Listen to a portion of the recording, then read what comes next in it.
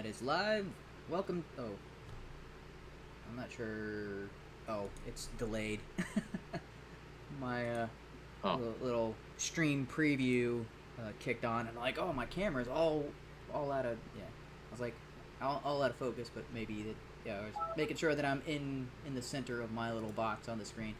All right, welcome to HUMANE Mind Live, episode 122. Parody or Puerile? Ruined your... Yeah, we ruined my intro because I was watching the stream and I'm like, oh, that's because I was getting in position on the stream. Whatever. Alright, so some of the topics that we're going to be talking about today. First one, Kneedless Brutality. Yes, that is needless with a K in. Hangin with Mr. Cooper. I don't know if you remember that TV show. I used to watch that pretty regularly. And then the main topic of the stream, Parody or Puerile. And then we've got a couple of subtopics. And I made names for them, but you can read them in the description if you want. But I think they kind of give away the context of the video. And I want that to be a little bit more like... some of these I don't think you've seen. And I want it to be kind of more like a challenge. So I'm going to present some stories and videos, and then I'm going to ask you to, like, okay, was this legitimate, or do you think this was somebody making fun of the situation? It's a little bit inspired by Crowder's The Games, you know, like they have a, hipster or hobo, and, Hugo or Hitler, and then... what was the other one they had? So it's a little bit along those lines. Although some of them are fairly obvious.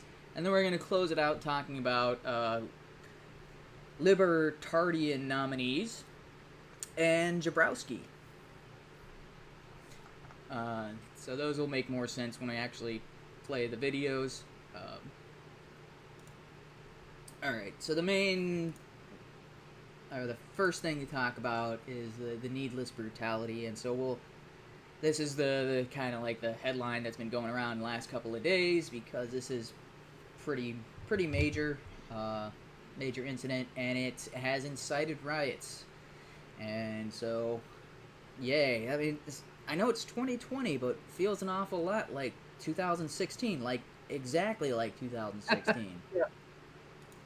Like, this is the exact same thing that was happening this time of year just before the elections. So here's the first clip. But...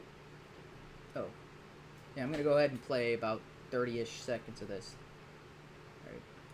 This 10-minute video posted to Facebook overnight shows Minneapolis police officers holding down a man.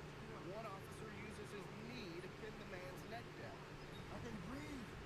Several times during the arrest, the man tells officers that he's struggling to breathe and begs for some relief. Please. I can breathe, officer. Some people who gathered at the scene try to help. That's good, bro. That's good, bro. He's stopping his breathing right there, bro. But as officers work to keep onlookers back, the man on the ground appears to move less and less. Whoa. 5 minutes into the video, the man seems to be motionless, and the police officer's knee is still on his neck. He's not moving. 7 minutes into the video, an ambulance arrives, and an EMT does the first pulse check.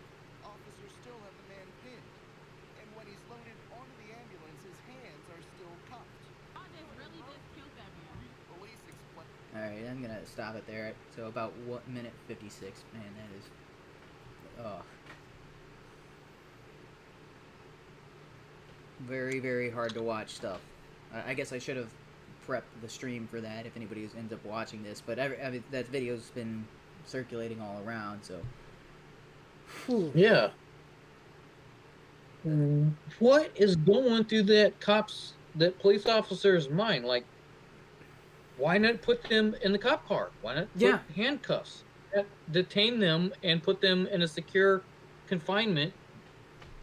Why do you got to sit with your knee on his neck for like 8 minutes? That's not even in a handbook anywhere. No, that's not a thing. So I have been in the... So when I was in the Air Force, we did Security Forces Augmentee duty, and part of that was... So I was acting as a police officer for the Air Force, and in order to do that, you go through 2 weeks of training. They teach you the same training that they teach the police officers, they teach the security or the security forces on the military bases. We actually had outside like the same people who instruct police in I was living in Montgomery at the time. The law enforcement trainers for them would come on base and do part of the training. And, they did stuff like, they tased and pepper sprayed people and stuff like that, so that way you're familiar with all the stuff. I mean, I didn't get tased, but there was somebody who volunteered to get tased, and there was somebody who volunteers to get pepper sprayed. We were augmentees, so we didn't have to do it, but all the security forces guys had to get tased and had to get pepper sprayed before they could use the pepper spray and all that sort of stuff. But throughout that training, they teach you things like wrist holding, their shoulder techniques. So when you have a suspect like that, that suspect is subdued for all intents and purposes. He had handcuffs on at the time. The guy is kneeling on his neck for no apparent reason, because he has a situation where he can grab those handcuffs and twist those wrists in any way he chooses, and that guy is either going to break his own wrists trying to resist, or he's going to give away and stop resisting. There's also, you can put your hand against the guy's shoulder and pull the arm back.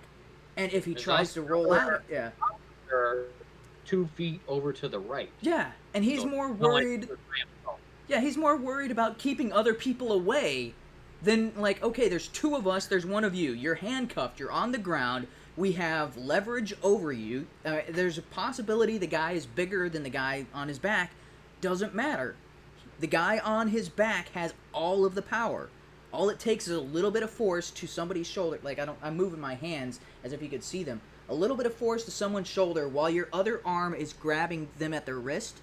A little bit of pressure will break that shoulder or pop the shoulder out of its socket. And if he's trying to roll or resist, putting that pressure on will stop them. I don't care. Like, that's... Somebody is... They're at the point where it's like, okay, I'm either going to break something, or they just... Okay, they're like... Or they're in pain and they stop.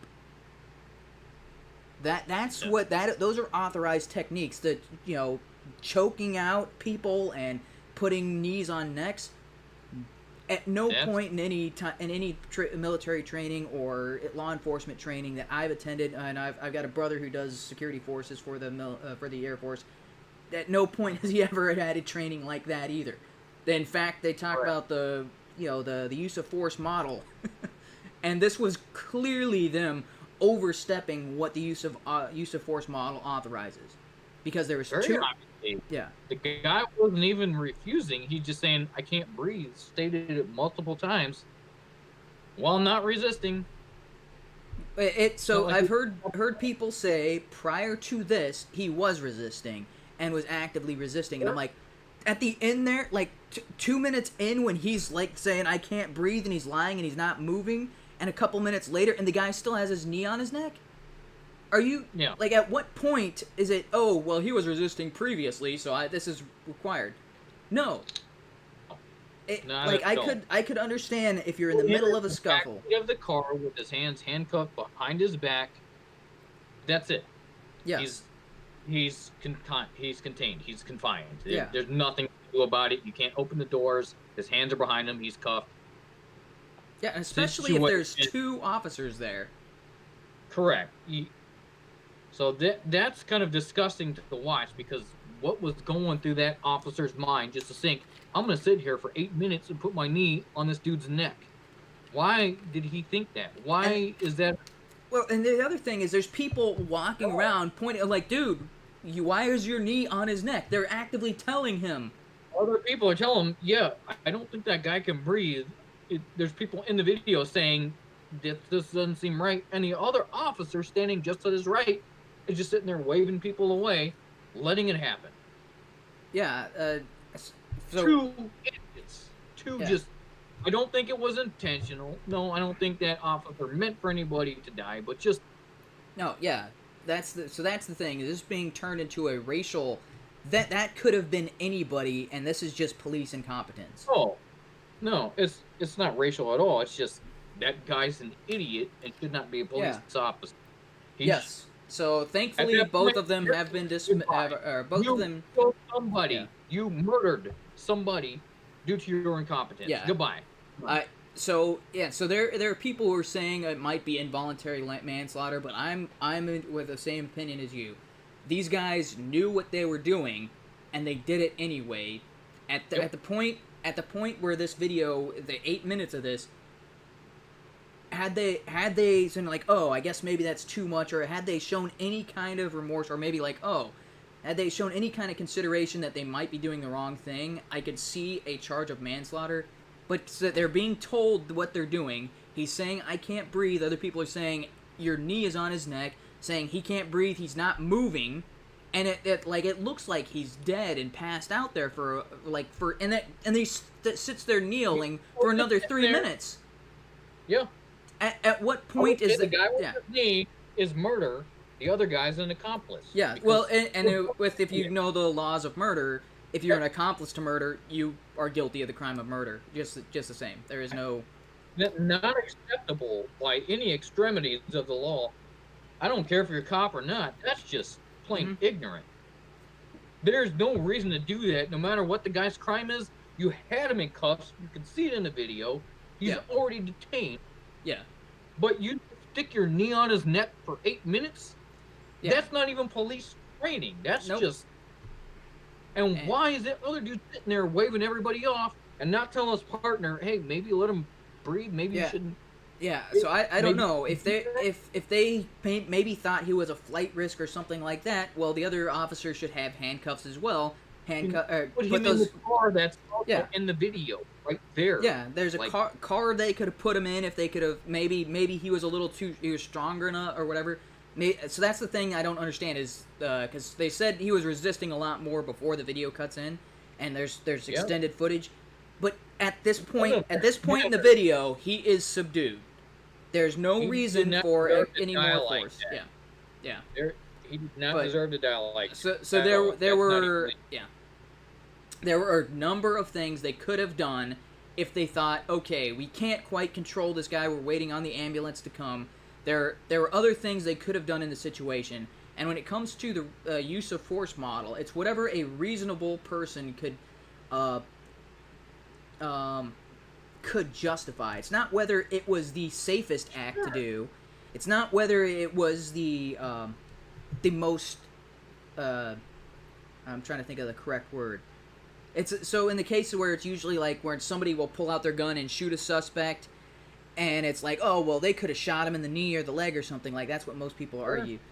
The reasonable use of force model says, okay, in those circumstances, did the officer have a fear for his life and was lethal force authorized? It's not whether it was the optimal solution. It's just would it be irrational or unreasonable for somebody to do this in a situation? And what these guys did is completely unreasonable and irrational. Yeah. 5 inches over to the left, and he just had his knee on the dude's back. Yep. No problem. No, Why is your knee on? Yeah. So the neck doesn't make any sense because there is a lot more. Granted, the neck is a very sensitive and vital area, but there are a lot of pressure points in your shoulders and in the shoulder blades and in the spine itself. Like, not talking about breaking somebody's back, but there are a lot of pressure points you could put on there to subdue somebody, and that's not going to kill them. Correct. He could have put his knee on the guy's handcuffed hands. Oh, and the guy would not move, and he would have been perfectly fine. Yeah. And none of that video makes any sense. That's not officer training. That's not what the police are supposed to act. That's terrible. I don't think that guy intended it, but... Yeah. Just out of stupidity, that's just flat out murder. Yeah. That's the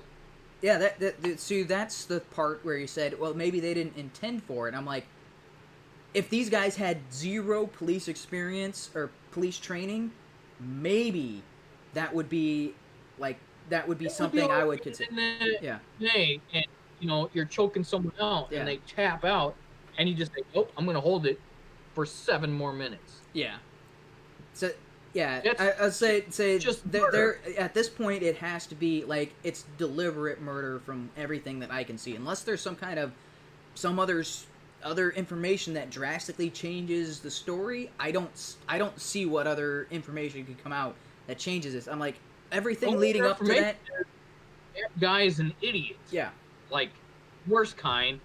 The idiot that gets people killed. Yeah, I would say if this guy is like a blithering, like, not saying, like, if this guy is functionally not mentally capable of being a police officer, then whoever commissioned him, whoever put the badge on him and put him out in a patrol car, they should be going to jail for this as well. It's like that's at the minimum, that's involuntary manslaughter. Yeah. Minimum. Yeah, it's there can be no excuse for that type of nonsense. Yeah. So if both officers are not sent to prison for involuntary manslaughter at the very least, I think both of them should be charged with murder, based on this. Yeah. If I was on the jury and I saw this, I'd be like, yeah, I vote for two murder. Like, even if anybody with brain cells would say, you don't put your neck on or your knee on someone's neck for 8 minutes, and then when the guy is saying, I can't breathe. What? Well, that's the other crazy thing. All frustrating. The other crazy thing here is they called the ambulance, and they were waiting on the ambulance when this occurred. And it's like, yeah, you know the guy is either injured or having medical complications, and you're exacerbating that by kneeling on his neck. How stupid, or this to me that's beyond incompetence. That is malicious intent. Yeah, it's terrible. What, the EMT showed up and they said, no, guy's dead. Well, technically he died en route to the hospital, and so that he wasn't pronounced dead at the he wasn't pronounced dead on arrival. He wasn't pronounced dead in the ambulance. I believe he was pronounced dead once they arrived at the facility. Still, I'm doubting all of that. I'm thinking they're trying to save face for officers because there's nothing that would have transpired between him getting loaded in the ambulance, driving the ambulance, other than his circulation and his breathing got cut off up to the point where the officer finally pulled his knee off. Yeah. So here's the crazy... It was going to preserve one's life, or preserve that guy's life. So he was dead on the spot. I think they're just trying to save face. Yeah. And the craziest part, I guess maybe not the craziest part, but the part that is that just adds insult to injury to this, is because this is an incident where both sides can rally and be like, yeah, this is clear police brutality. Conservatives across the board have come out in defense of this guy, and yet the people in that community still set their town on fire. They raided stores, they stole stuff. We'll get a little bit more into that. There's some news coverage, and you're like, these guys got let go, and they're pending. So they are on administrative leave pending trial, because that is how things are done in the United States. It's innocent until proven guilty, even though we aren't the judge and jury. They have a right to a fair trial. I hope that trial looks at this evidence and is like, yeah, this is cut and dry. I don't think we need a week to deliberate this. This is so. I think this is gonna get, once this does go to trial, the defense lawyers for these guys are gonna have a very hard time, because even other law enforcement officers are going on record being like, yeah, what these guys did, that's clearly against the rules. That's clearly against all of the training we've had. What these guys did was flat out murder. So conservatives are coming to this guy's saying he died needlessly. Leftists, obviously, they're gonna be like, oh, yep, this is clear racism. That's the angle I don't quite get, the clear racism, because at no point is there any sign that this happened because he was black. Like this. It just happened because that guy was stupid and had his knee there. Yeah, okay. The tough thing is, yes, the person who died during that circumstance was a black man, and the officer on his neck was a white guy. Yeah, and the other guy standing there looks Asian, or maybe Hispanic. In our country, at some point, can you look at things objectively and just state, it would be racist if he was just simply beating the guy in the head with a club, right? Pulled out his knife and just said, F you, N-word, or whatever. Yeah, clear racism. Yeah. Then, again, completely on board, got it. Racist. No problems. But none of that happened. It was just a cop doing something they should not have been doing at all. Yeah, But it doesn't. So mean that's because of the perpetrator's race, and if that's not proven.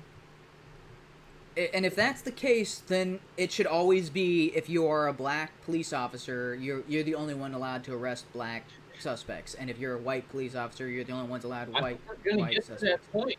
That's at some soon, like, because people are so stupid. I wouldn't say it's a majority of people are stupid. It's the activists. It's those who incite violence.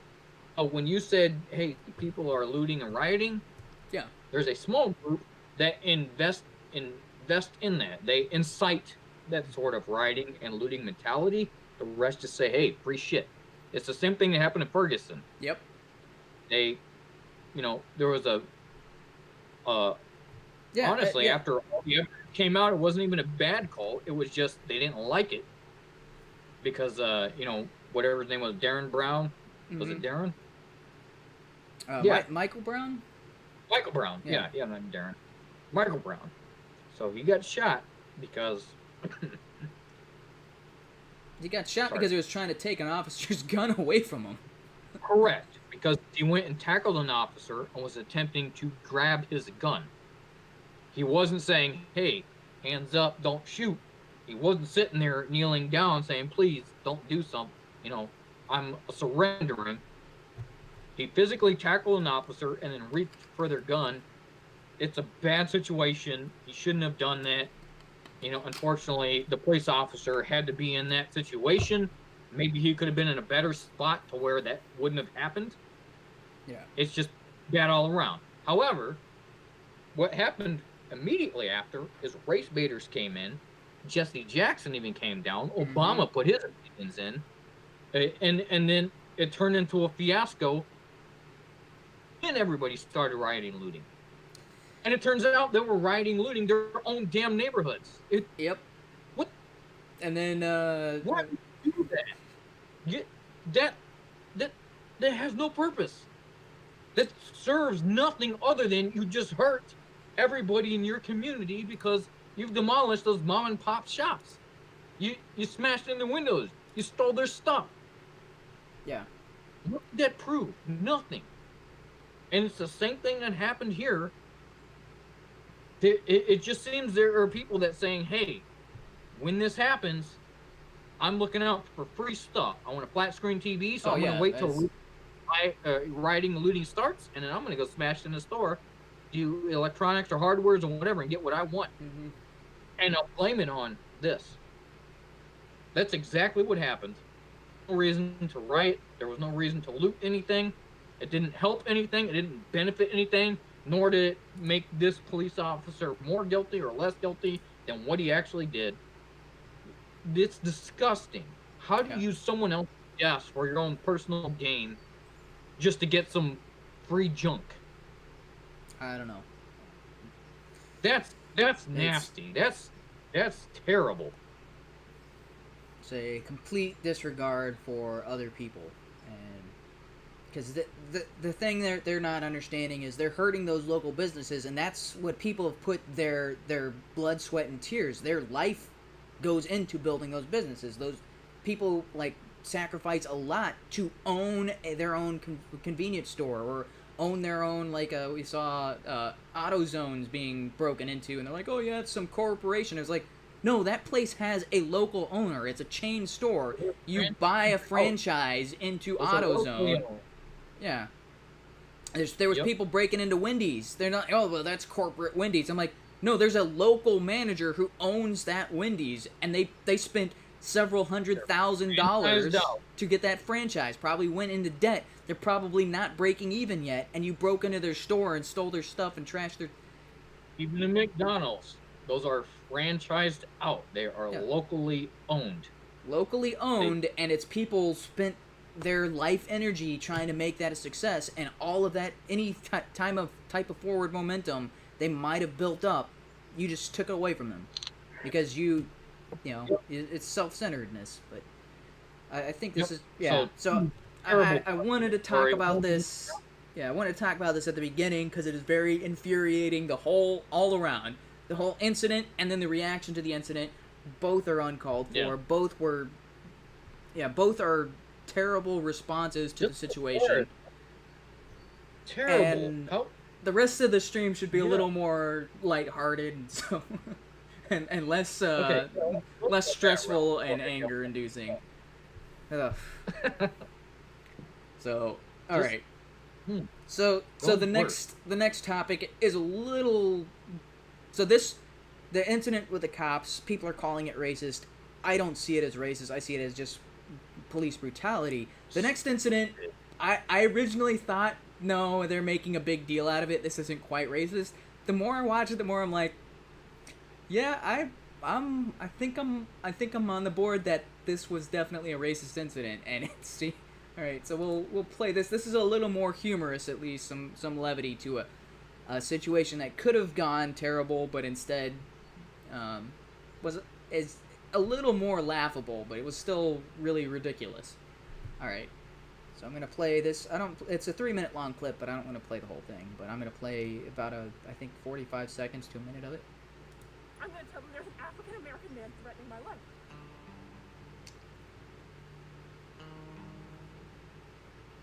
Please stop. Sir, I'm asking you to stop. Please don't come close to me. Sir, I'm asking you to stop. Please don't come close to me. Please take your phone off. Please don't come close to When me. I'm taking pictures of calling the cops.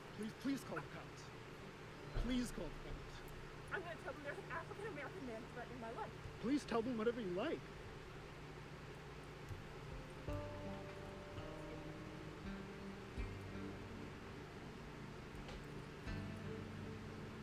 All right.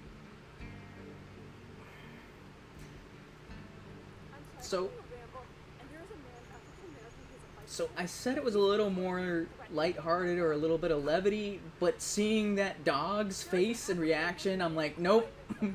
No, this is just as anger-inducing. I mean, not as anger-inducing, but still. Oh, come on, man. I'm sorry, I can't. Yeah. Okay, I don't see that necessarily coming off as racist, but it's a very stupid lady. No, wait. Like, Did you? So did there you get was to the no point? reason to Like, have okay. any- So and at hey, one. sorry. So did you get to the point at about 1 minute and 10 seconds in where she said, "Please call the cop, or please get here immediately. This black man is threatening, or African American man is threatening my life." African American man, yes, but I don't see that as being racist other than descriptive. What I do see is No, it's she's an idiot. yeah. Oh yeah, Like- she's an idiot. You need to have your dog on a leash. That's the regulations there. So Which is if she effed up and yeah. the guy said, "Hey, your dog's not on a Oh, leash," okay. So I've got it paused at like 1 minute and 9 seconds, but let me play it just a couple seconds more here. Mhm. I don't know. Thank you. Yeah. So about 1:14, she finally puts the leash on the dog, and the guy says, "Thank you," and that's the end of the incident. And you're like, this lady is like acting outright hysterical about this guy telling her to put her dog on a leash. And I don't know if you saw, so you see the Correct, point where because she's like, she's not- "Dude, there's an African American man threatening me and my dog. You send the cops now." And the guy is recording her. He is And the he is entire very recording, calm. there was no threat. Yeah, he is very calm. He's not doing anything threatening. And she's on the phone with the cops, being like, "This man is threatening me. You gotta get over here now. Save me. Correct. I'm in the Go ramble." ahead. Please, call the Hey. cops. You can Like hear it- him say that. He's like, "Go ahead. Yeah. Call the cops." She's making it So- seem like it's an emergency situation, and I'm like, the more at first I was like, there's no racist component to this. This is her being an idiot.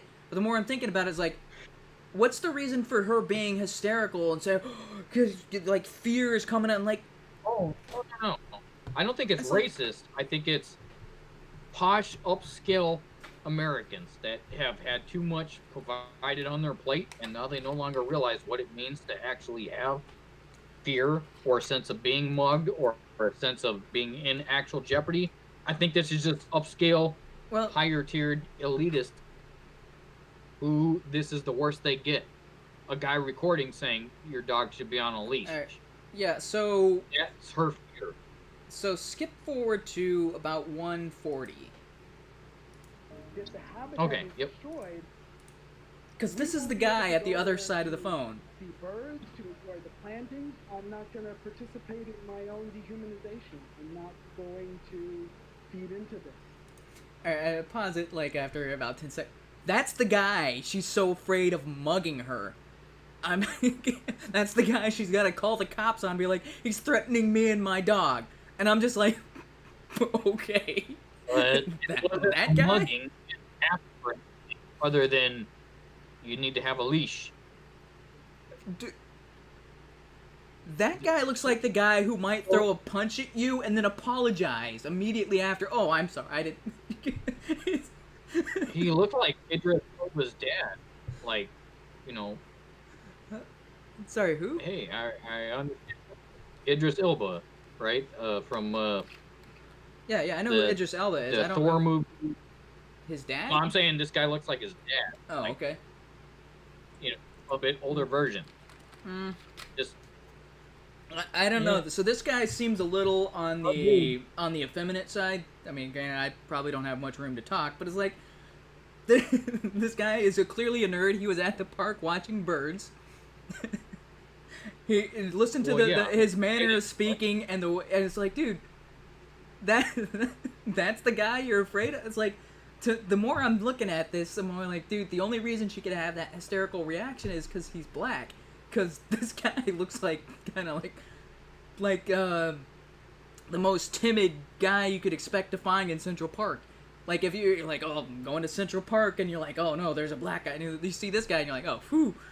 That's what I would think somebody would go through. But she's like, oh, he's threatening me and my dog, and it's like, dude. okay. So I'm like, this guy back is to the yeah. extreme beginning of that clip. And she said, there's an African-American man threatening my life. And he said, I'm just asking you to leash your dog. Yeah. Because her dog was running around with no leash. Obviously, he was afraid of getting bit or, hey, who knows? It's a dog with no leash. Well, he says he's bird watching. And he says that area, it's common for people to let their dogs go off without a leash. And the dogs scare away all the birds. Because this is an area not intended for dogs. Or at least not to be. So this is. There are dog paths, but apparently those were shut off, and so she's walking her dog in the area that's not usually for dogs, but because there's areas in Central Park where dogs can go without a leash, but this is not one of those designated areas, so that's why dogs have to be on a leash when they're going through here. So he's saying, so with I'm that here to watch. Yeah. She made a phone call and said there's an African American man. I don't think it was a racist comment. I think it was just she's trying to describe who's in front of her. But I feel she thinks she was in the right because someone was saying, "Hey, you done effed up." Yeah. And she didn't like it. So if it was just that, I would be like, okay, yeah, there's no race. But it's when she starts getting like crying and being like, "Oh, I need you to get here immediately," and I'm like, for what? this guy is like, oh, I need a cop to. It seems like she's. He didn't try and put her hand on her or the dog. Yeah, she's making a reaction as if she was in immediate danger, and I'm like, from what? This guy's not charging. He's not doing anything threatening or anything, and in fact, he's de-escalating the situation as best as he can. And she's escalating it on the opposite side and freaking out. What I would state, this is not racism. This is female empowerment at its extreme. Oh. What? So I don't have a clip of this, but there is a clip, I don't know if it was a audio response that she gave. I think this was actually in the Ben Shapiro clip on this. The lady can be her apology to the situation. She says, "I'm not racist, but I didn't realize that some people's fear of authority because of my skin privilege or something along those lines." And I'm just like, yeah. No, I think she knew. This guy was not afraid of the cops. They're gonna take my side, so I'm gonna make everything sound like it's life-threatening. Yeah. I think she just played the game. Trying to play the game, yeah. he said, "Good, call the cops. Tell them whatever you want," because he's filming. He knows exactly. He's got the evidence to back his side up. He didn't do anything. So- He's standing there. Didn't put a hand on her. Didn't approach her. Didn't say anything negative.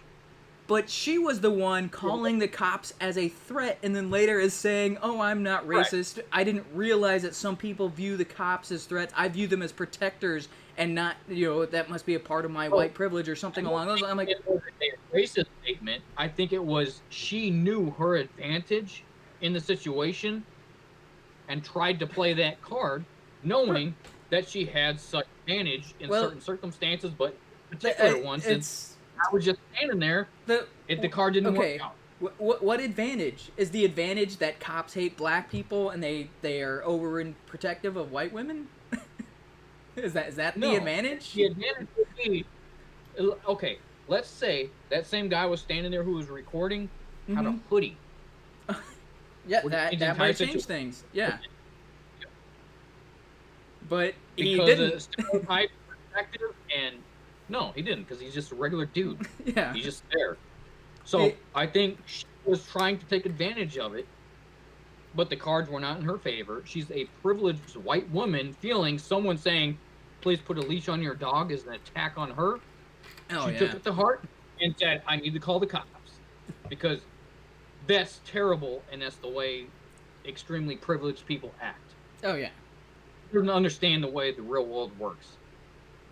You go in an area where your dog's supposed to be on a leash, maybe put your dog on a leash. You go in an area where they don't have to be on a leash, then you're okay.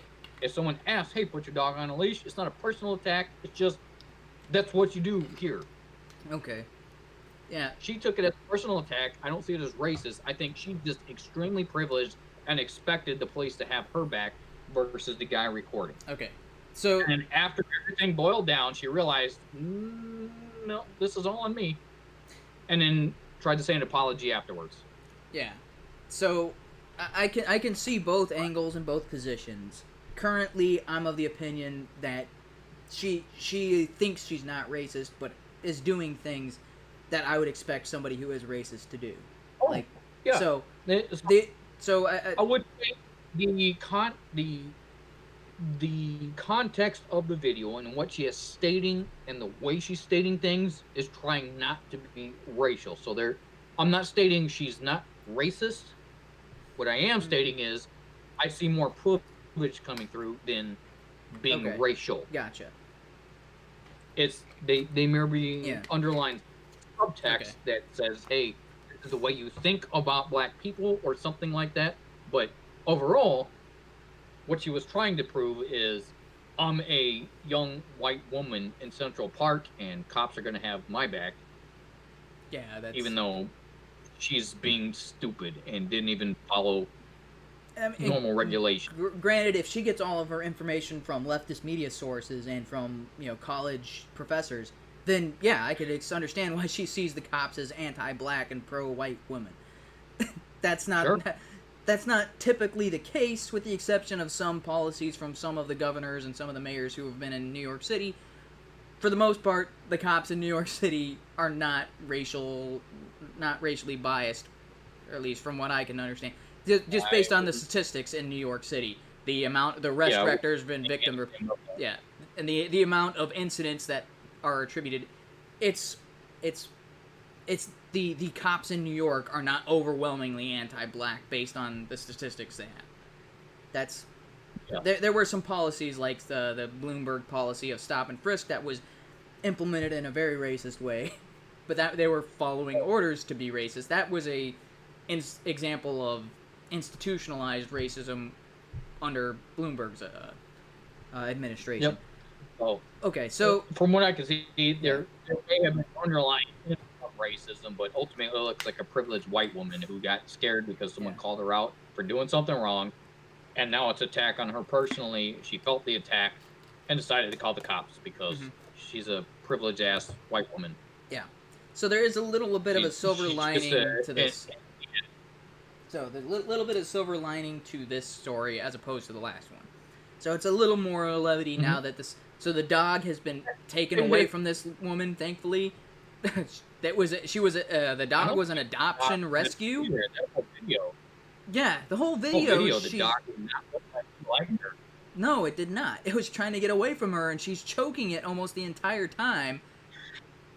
And you can hear it yelp in the middle of this, and I'm like, dude, what is wrong with you, lady? You are hurting your dog. Yeah, Now there's just put the leash on, like, strangling your dog. Yeah, if you put the leash on, if the dog goes outside of the leash and it pulls back, it'll put the dog in it'll lose a little bit of its breath for a second or whatever. But that it knows, okay, if I'm being choked, it's because of what I'm doing, and it'll know to stop pushing so hard. But if you are pulling its collar up, the dog can't do anything about that. The dog has no recourse. It has no way of getting away from that. So that dog was thankfully taken away from her and is hopefully going to go to a good family as opposed to being with this lady who, yeah, clearly does not like the dog or does not... I don't know. Like, if this lady is like, oh, I love this dog, that's not the behavior of someone who appreciates their animal. No. She strikes me as just a New York elitist, a posh person. Yeah, where the dog is more of a status symbol than an actual pet that you care about. And that's how she can declare it being a criminal offense is because someone said something that she didn't agree with, and all of a sudden, oh, I'm going to call the cops. Yeah. It's all in her mind. It flashed in her thought process. What a joke. So the other thing about this that I kind of view as a silver lining, although I can see the side where people are saying, oh, that's too far, is this woman did get fired over this incident. I think, like, if I was the employer and I saw her, I'm like, yeah, she's not working here anymore. What a terrible image for my company. Sorry, can't have that. Yeah, I'm like, you gotta find somewhere else to work. Okay. That's what I would, but I've heard other people saying, oh, losing her job over this is too far, and yeah, I can see that, but I don't think either of us is advocating for attacking people and saying you should lose your job because I have this standpoint and you didn't agree with this standpoint, and so I don't like you, so you should be fired. That's not what we're advocating for. Yes. I don't actually like that tactic. So it's not something that I would go and find her employer and be like, yeah, you need to fire this woman. But if I was the employer and I had the decision, I'd be like, yeah, you can't work here. So correct. If this was entirely her own action and had nothing to do with any, bystander, even the guy recording the video, you could just see on the video her own actions. Mm-hmm. Then if the employer decides, you know what, this is a bad image, and unfortunately you did all of that, we can see it, that's up to the employer. Yeah. So no one's actively going out and seeking and say she should be fired. It's just she did those things on camera. Yeah. And that's the face of the company she works for versus someone doing on one opinion a negative thing, but on other opinions a positive thing and say, hey, let's dox this company. Let's boycott them. So this is a bit different. This is not people attacking the company and saying she should be fired because of racism. She kind of did all those actions just on her own. And any company looking at that would say, yeah, that's probably not the face we want to have for us. Yeah. Okay. So just to clarify that, we're not pro-doxing or pro-getting people fired for differences. Yeah, as far as I know, the company, I don't even know the name of the company or the boss. I just know that this lady lost her job. Because she came out and said she lost her job. So. Okay. So. Well, yeah. That just kind of organically happened. Yeah. All right. I just want to put out that disclaimer is that we're not doxing or pro-getting people fired. Yeah, I know. If that was the case, if she had lost her job because people were pressuring the boss, then I'd be like, whoa, okay, then I'd be on her side, unfortunately. Like, if this came down to, like if I was involved in a legal matter and I knew this lady had lost her job, not because the boss wanted to fire her based on this. The boss is like, I wanted to keep her around, but there's too much public pressure. If public pressure is the reason she lost her job, if I was a lawyer and all, I would be fighting for her on the courts and be like, yes, this lady's an a-hole, but public pressure to get her fired from her job, like, I wouldn't hire this lady. I wouldn't object to the boss firing her over this, But if the only reason the boss fired her was because all these people, these SJW, were saying, hey, we're going to boycott your business, or, you know, how dare you employ this lady, that's where it's like, okay, that's... If the only reason she lost her job was because of the public outcry and people protesting the employer, that's where it's over the line. Correct. Yeah. Okay. Yep. Anybody watching this video, just so you're clear, we're not advocating for doxing, and we're not advocating for you to bully people into losing their jobs and their livelihoods if you don't agree with whatever's presented herein of the video context. It's just some people do dumb things, and if the employers find out on their own, and it just happens. Because the cop, because the the employer could have been in the opposite position and be like, yo, I know this lady, I work alongside her all the time, this is not her usual behavior, this was an out-of-character moment, this was a character failing, but we're going to keep her around because we like what she does, and this is a, you know, this is going to be a learning moment. Had they done that and decided to keep her around, I'd be okay with that decision just as well. Like, I could be like, okay, I disagree with that decision. I wouldn't want her in my company, but I don't know her. You do. If you want to keep her around, okay, that's your call. That's your decision. That's what changes it, is if this was organic, if this was the boss's decision, but if the boss was compelled or forced to, that's where it crosses a line. Yep. All right. Oh, yeah, I just wanted to point that out there again. So now we get to the gamified version. So I'm going to go to the next scene. So don't play the clip yet. Just look at the image. I don't know. I got to... Hopefully the image does... Or hopefully the title of the video doesn't give it away. I didn't double check that. So the next clip...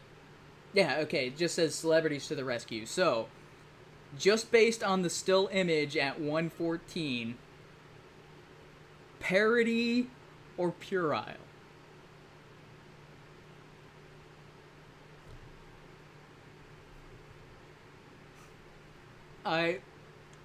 You asking me? Like, yeah, I'm asking you because all right, I'm gonna. It looks like people with face masks in a car. I don't know. Okay. The two main things I could see is one, the lady on the left. Mm-hmm. That's a knit. Yeah. And that does absolutely nothing. That's more actionable. Additionally, they're all in the same car, so why? Okay, yeah, I don't know why they're all in the same car wearing the mask and decide to take a selfie, but that mask, yeah, I was like, I saw that, I'm like, you can see visible holes in it. It's just like what does she think that's helping? it's a knitted mask like that does zero. It's not even. So it doesn't even fall in line with CDC guidelines. No, it's just same thing with the other mask. The mask the guy's wearing, the little paper. That does nothing. That's not gonna block it. So that is not gonna protect him whatsoever. Now the masks that the kids are wearing, I don't know. Okay. So the reason that paper mask is not gonna work. Are not to protect you from getting COVID. The masks are if you have COVID. Yeah. So if you cough into it, you breathe into it, you don't spread it to others. It does absolutely nothing for you getting COVID at all. Yeah. That's the masks are never intended for that. So nor did the CDC put any information out about that. So the mask he's wearing is mostly for blocking out dry particles from entering your breathing, like dust and sheetrock and stuff like that. Yeah, that's the industrial, like the one you often see painters wearing and stuff like that. That's if you cough, it's going through that paper. It's paper. It's not. It's primarily meant. It is a very permeable. Like if you ever seen one of those get wet, they start to fall apart. It's like that's. It's not gonna work against coughs. Masks at all. Yeah. So the ones the kids are wearing, I'm not sure because I've seen masks that are appropriate that kind of look like that. Yeah. And those look like they were bought. Yeah. Online. It's just the guy's mask is construction. It's breathe in brick dust. It has nothing to do with you breathing out. And her mask does nothing. Like nothing. Zero. Right there. Yeah, purely cosmetic. So that's why I was laughing at that. It's like fashion garment. What? Who knitted that?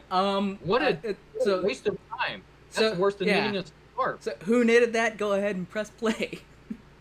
Some Milano are showing off their homemade masks, like this one that she. Yeah, Alyssa Milano. Yeah. Okay. Yeah, it's like it's clear that she doesn't have that many brain cells to rub together. All right. So okay, moving on to the next one. Okay. So this is again a clip from Mark Dice, but it's a minute and 11 seconds. So let's see if this is a parody or puerile. Breaking news tonight, Minneapolis has finally lifted the stay-at-home orders, and locals are I would say it's thrilled to unintentional finally get out of the parody. house and scoop up some summer sales. Oh yeah, it's parody on the behalf of Mark Dice, and then unintentional parody on the people he's mocking. This local Well, Black Lives Matter yes, chapter because decided to start a bonfire I've and sing the roast same thing marshmallows just to driving raise about. support. I've seen Some like of them single decided to individuals go in a get a car Frosty from the wearing a local mask, bakery, and I'm like, a refreshing treat on a warm who summer is night. around you? Others Nobody's were glad it anywhere just even close wait. to 6 feet. You're in your own car. Oh. Why do you still have your mask on? Wait, no, I moved on to the next clip with the about the riots. Oh, the sorry. riots. Oh yeah, sorry. So I only had that like little 3-second where he said Alyssa Milano, and I'm like, oh yeah, duh. At first I was like, who is that Alyssa Milano? Oh, okay, yeah, you're right. So moving on to the next clip, So it should be what else did you expect? That one. So I'm about 30 seconds into that, so I think we were a little off sync there. hang out with friends they Alright, I'm haven't gonna seen keep since playing the it, though. beginning of the quarantine. Yeah, look at that. They're stealing These TVs and do-it-yourselfers crap. stop by Like, a what? local O'Reilly How does Auto that Parts to get make sure that justice their for him? vehicles are properly maintained. It's so nice to see the black community coming together and helping each other. Some said it would never happen. Subscribe to Mark Dice's YouTube channel if you'd like to see more quality reports like this. Alright. Yeah, so both of those were definite parody. Although, so it's parody on Mark Dice's For half side. a second, I thought that was Don Lemon talking for just like a second. Decided to host the bonfire and roast the marshmallows. Yeah, it was pretty good. Saw that earlier today. I'm like, yeah, I gotta throw that in. That was too good to pass up. So yeah, parody on the behalf of Mark Dice, very excellent parody, and then just absolutely childish, selfish behavior on the behalf of the people he's That mocking. was happening before COVID. This type of activity, I saw videos of like sucker punching on the subway and random riots in CVS's or Walgreens like a year and a half ago. It's not even new. It's already been happening. Yeah. The only reason it's happening at this current state is because there's an excuse like COVID. Yep. Or finally opening up after COVID. COVID opening up after COVID, and also that police brutality clip we played at the beginning. So yeah, Well, all I can say is that's inner city, urban area, and there's a terrible mentality of people who just don't give an F. That's what is in inner cities. It's what's in a lot of major cities. It's a terrible thing. Not everyone does that, but a lot of the youth have grown up thinking that's normalcy. Yeah, and I just want to point out, it's not a race thing, because there are whites and Hispanics that we lived in. I used to. Well, it's technically Florissant, but it's across the highway from Ferguson, and there's Hispanics, there's whites and blacks all living in that, and they all have the same mentality, and it's like they live in that culture, and you're like, it's not a racial thing, it's a culture thing. It's in those inner cities and in those specific neighborhoods, because you go across the highway to Florissant, and I mean I've talked to a lot of people like Florissant. For some reason Florissant is like a step above, even though it's just as equally, or it's actually predominantly or at least the area I was around, was predominantly black and had mixed, Hispanics and whites. It's like it has very similar racial mixture compared to Ferguson, which is across the highway, but it was like an upscale version of Ferguson. Like it was one step above. Ferguson is like bottom class, like just getting out of poverty. Yeah. No, Florissant. That part of Florissant is that area. Ferguson is just a. Yeah, Florissant is like the people who maybe just got into middle class, or the people who are just now making above minimum wage. And Ferguson is all minimum wage and under. Extreme lower middle class. That would be where those parts of Florissant are. Yeah. Ferguson is just a dump. Yeah. It's a terrible place. Yeah, don't drive through there if you can avoid it. Don't go there. Unfortunately, yeah, there are some good people living in it, and I'm pretty sure they wish they could get out of it. Yeah. It's terrible. And okay, so Ferguson is where that Dollar General was, that went out, or Dollar General? Yeah. Was it Dollar General or Dollar Store? I can't remember. Yeah, it was Dollar General went out of business because they're closing down the store because there was too many robberies and thefts in that area. So they couldn't they liquidated their entire inventory, and that was to my benefit because I got I got a couple $1,000s worth of merchandise because they gave me the store for free because they're just like, yeah, we don't want to deal with this. So I offered to, I gave them I was like, oh, how much would it cost to buy out the entire store? And I talked with the manager the next day, and he's like, yeah, just if you can get all the stuff cleared out here the next day, it's free. And I was like, okay, all right, free store. What I can see from that video clip and from what you're describing, there is a youth growing up who just don't care. Yeah. They're not taught respect. They're not taught authority. They're not taught anything other than give me what I want. Mm-hmm. And that's it. Yeah. And that's dangerous. That's scary. That's not how society works. So imagine, like Dollar General, most of the stuff they sell is $1.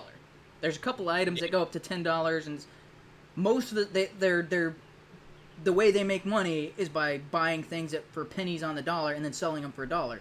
Now imagine like you have to steal dollar-priced items. Like that's that community in Ferguson. Yeah. Yeah. It's ludicrous. And what you can see there in that clip with the people running around, it looks like a Walgreens or CVS.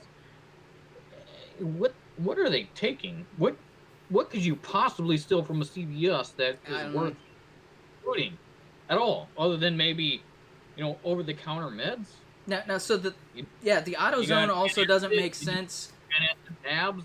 You need some aspirin.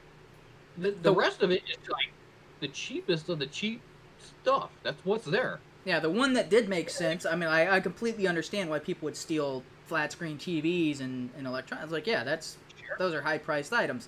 I understand why people go for those in a looting situation. Destroying a Wendy's? Like, wait, what?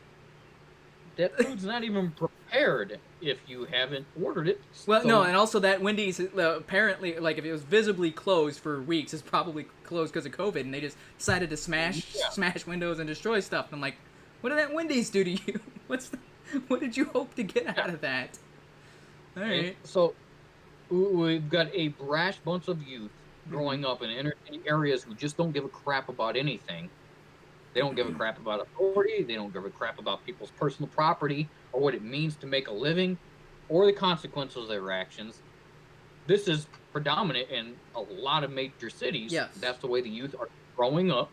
And so now we have an excuse for them to just go nuts. And everyone's looking at it and saying, well, makes sense because they've been cooped up a couple of months. No, not an excuse. That's a terrible way to look at inner cities. There is a resolution. There is an answer that we can be, some sort of teaching points that can be done with those inner city areas. And COVID is no excuse at all. That there's no reason to loot and riot. Yeah. Period. All right. Even in the whole Michael Brown thing, it's just they destroyed their own community. It served no purpose other than people wanting free stuff. That's exactly what these riots are. One person starts it, the other say, dude, if that guy's Free doing stuff. it, maybe he'll get arrested. I can sneak in behind him and get some free stuff.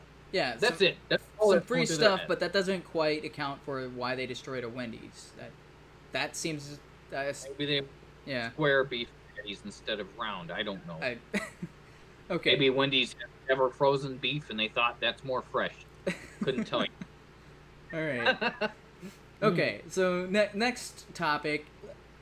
Is this parody or is this puerile? I'll go ahead and play this. If you have a problem figuring out whether you're for me or Trump, then you ain't black. Yeah, you only have to play about 6 seconds of it. Was that like a satirical joke? Or just childish stupidity?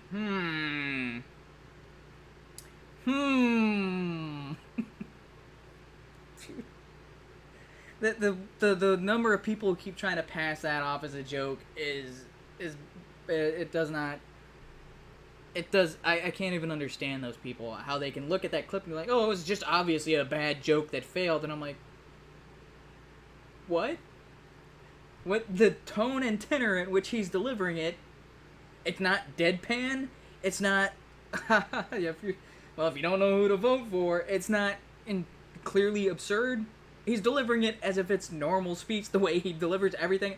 So my question is, if that was him joking, has everything in his campaign been a deliberate joke by Joe Biden? Because that's his normal speaking manner.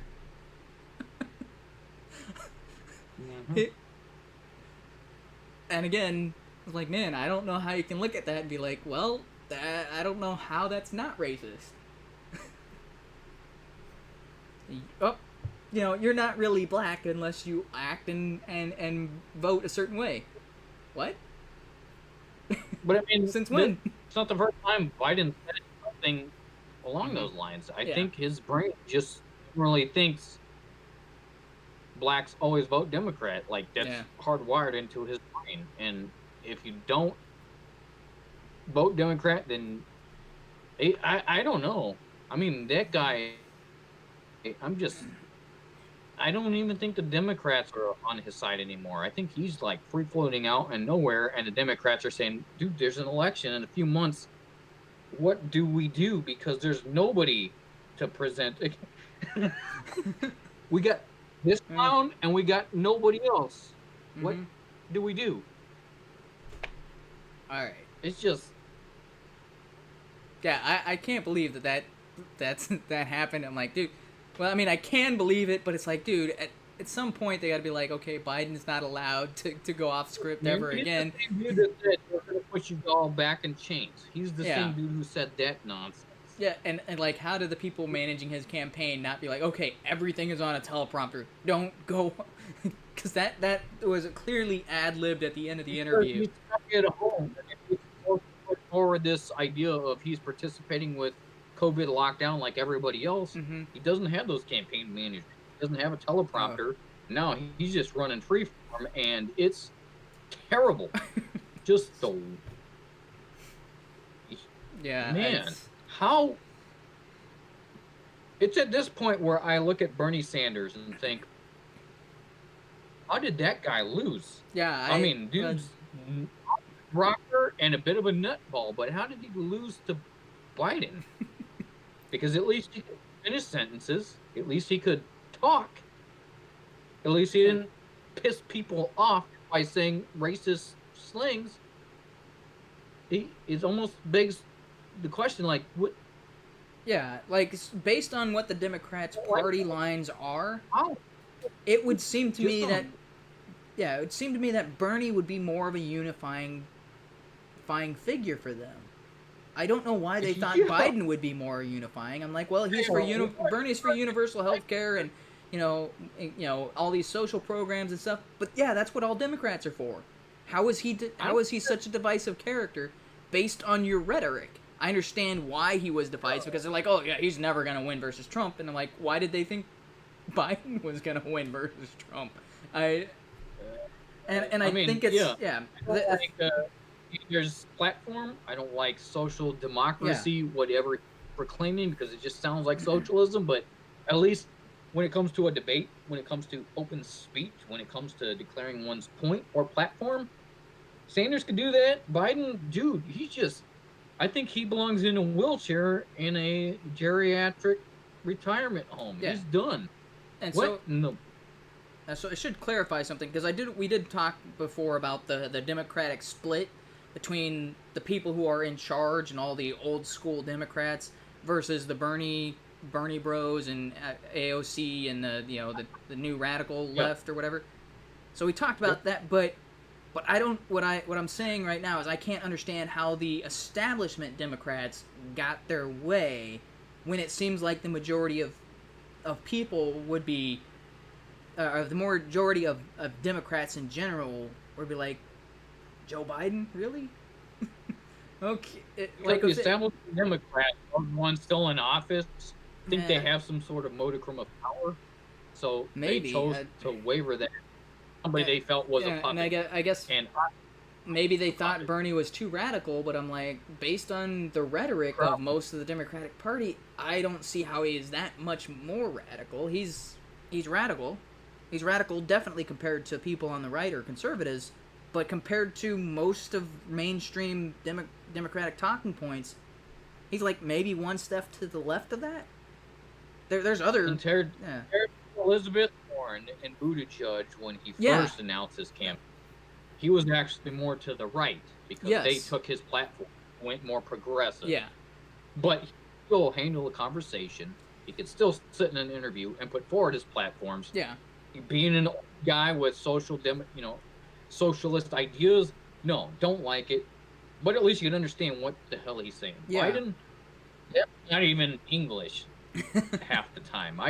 Well, and when it is English, it's very, very racist. We hold these truths to be self-evident that all men and women are... You know the thing. You know the thing? Yeah.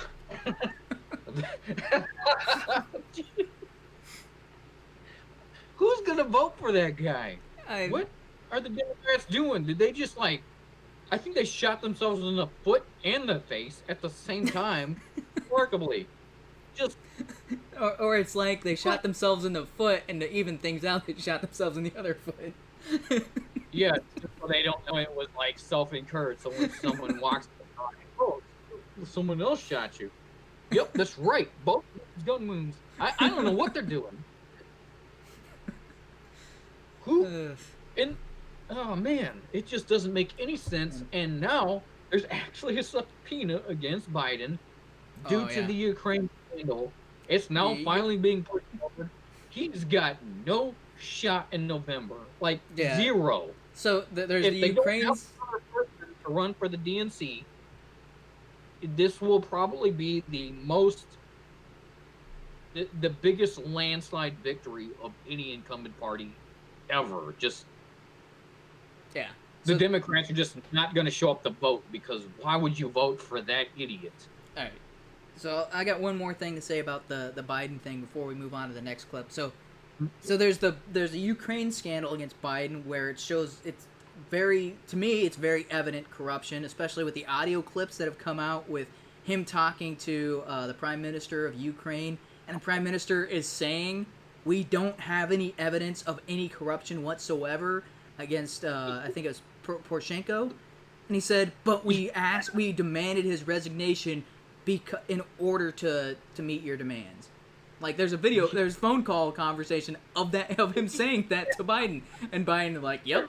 Analyzing Trump's phone call, of which it's questionable on whether there ever was some sort of quid pro quo, which isn't even illegal, and then you listen to that and you're just like, jeez. Yeah. How? What? And so if Biden is saying this guy is obviously corrupt, and why haven't they provided the evidence to the Ukrainians on that? All right, so the other side is there's also the Obamagate scandal, where Biden was one of the people who signed off on unmasking General Flynn days before General Flynn's name was released to the media and started up the whole Russiagate, reinvigorated that investigation.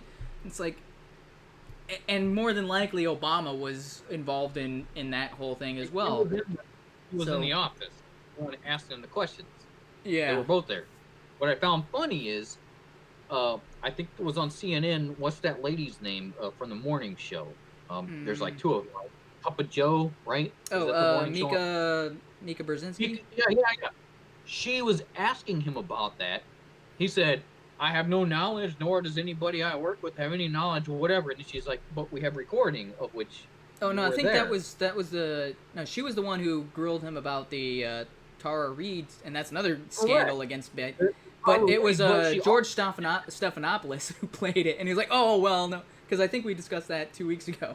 It's George Stephanopoulos who was like, he said, I had nothing to do with that." And then George Stephanopoulos an interview where they were talking about whether he had any idea about asking Flint, and she asked the question again and said, "But we have records of you being there," and he's like, "Oh, I thought you were talking about something else," and he just kind of like went off into nowhere. Yeah, that's the last few weeks is the only time where I've looked at CNN and said, "Are you guys actually doing reporting? What is?" They've actually done a little bit of journalism, and then it's back to the hackney stuff. But there's a little glimmer of what they used to be. Did I fall asleep and go off to Wonderland or like Oz or something? Are you guys actually asking real questions? What is happening? All right. Okay. So, everything's topsy-turvy. All right. So the next is a little, again, we're moving more and more lighthearted as we go. So again, is this... So the clip of the video clip, I'm not asking whether that's parody or puerile. That's the setup. The next link that I sent you, is this parody or is... Okay, so the first clip is about 51 seconds, so I'm going to play the whole thing. I feel as if masks are not 100% important. I feel as if you want to... A spontaneous kiss from someone that she doesn't know. Oh my god. No, I met him for a second with my dog. That's insane. Are you alright? Yeah, he's so hot. And the snort. Having met just minutes earlier, Jillian McCowan says she's okay with the kiss. Text me! We asked Jack Ring, the man who initiated the kiss, if he's aware of all the risks of kissing a person you don't know during a pandemic. That's just some random dude who walked up to a random girl. Just... Oh, not if you just said it right now, but yeah, I probably do right now. But I think the kiss is worth it. All right. No, they'd met like a couple of minutes earlier in the park or something like that. Because she said that, yeah. Sure. Yeah, so not just randomly walks up to her, but I mean, he had talked with her a little bit, but it's still relative strangers. I mean, probably didn't even know the dude's name or something like that. Well, she did say text me, so obviously they exchanged contact information. All right.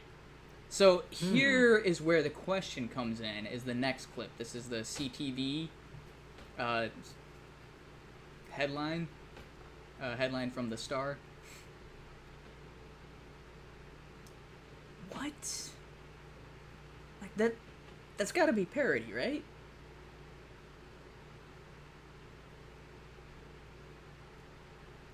And if you scroll down a little bit, there is a video clip to go with it as well. There's a little... I'm not sure.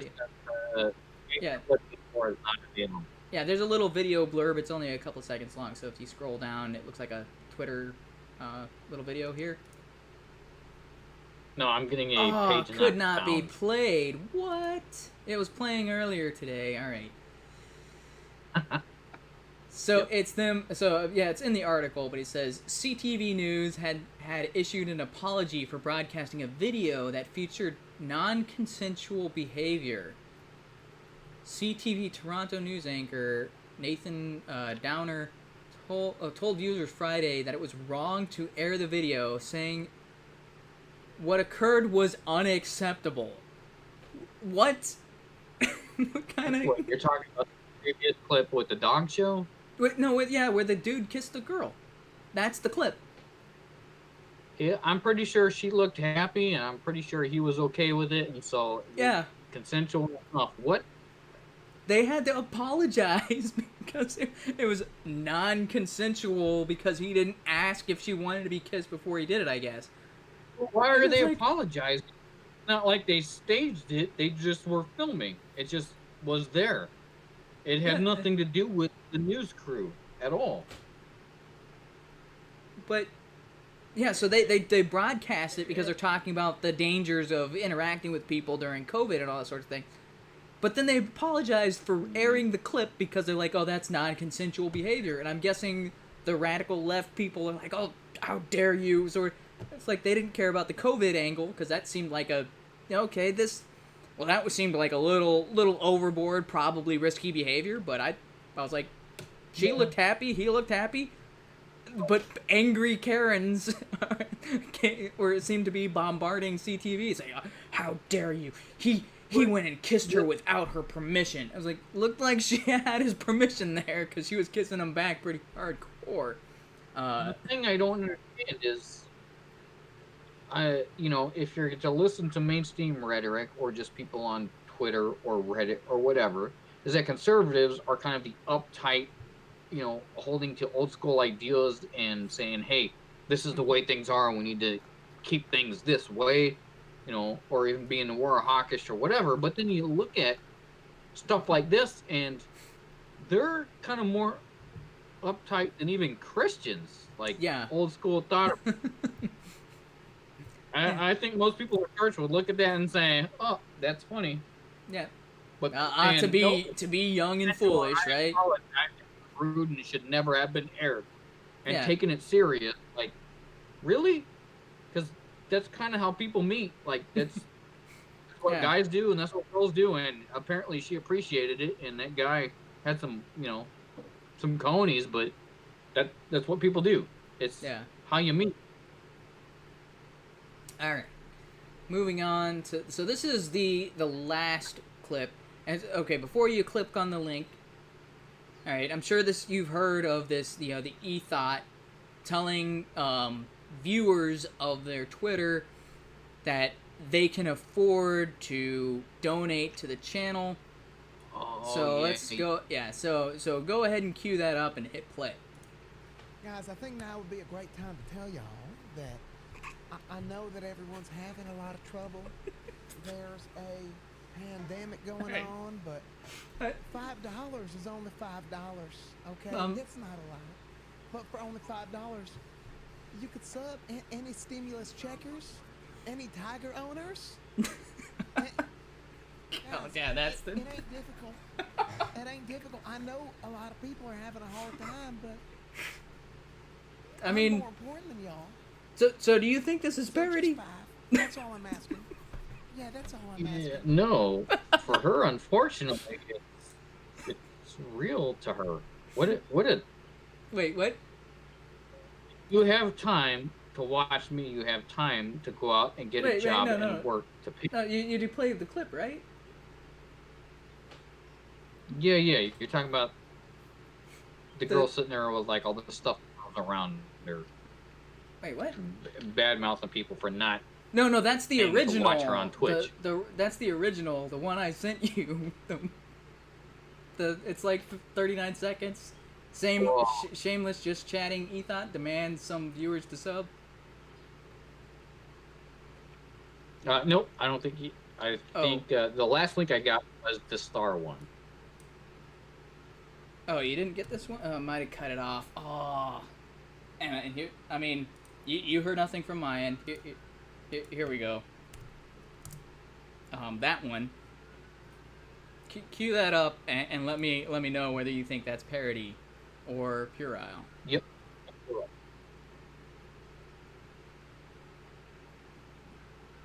Because, like, I don't understand. So, how did that one get cut off?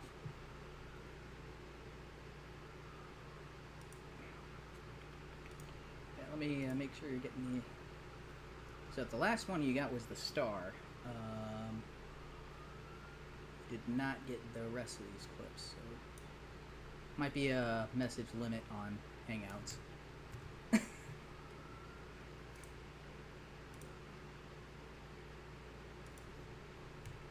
You're muted. If you... Okay, you should. There was some like leg exposure there. No, that's the funniest part, man. And that's that's what put it over the top and be like, oh, that's pretty amusing to be like, okay, then, boom, thumbs up that guy.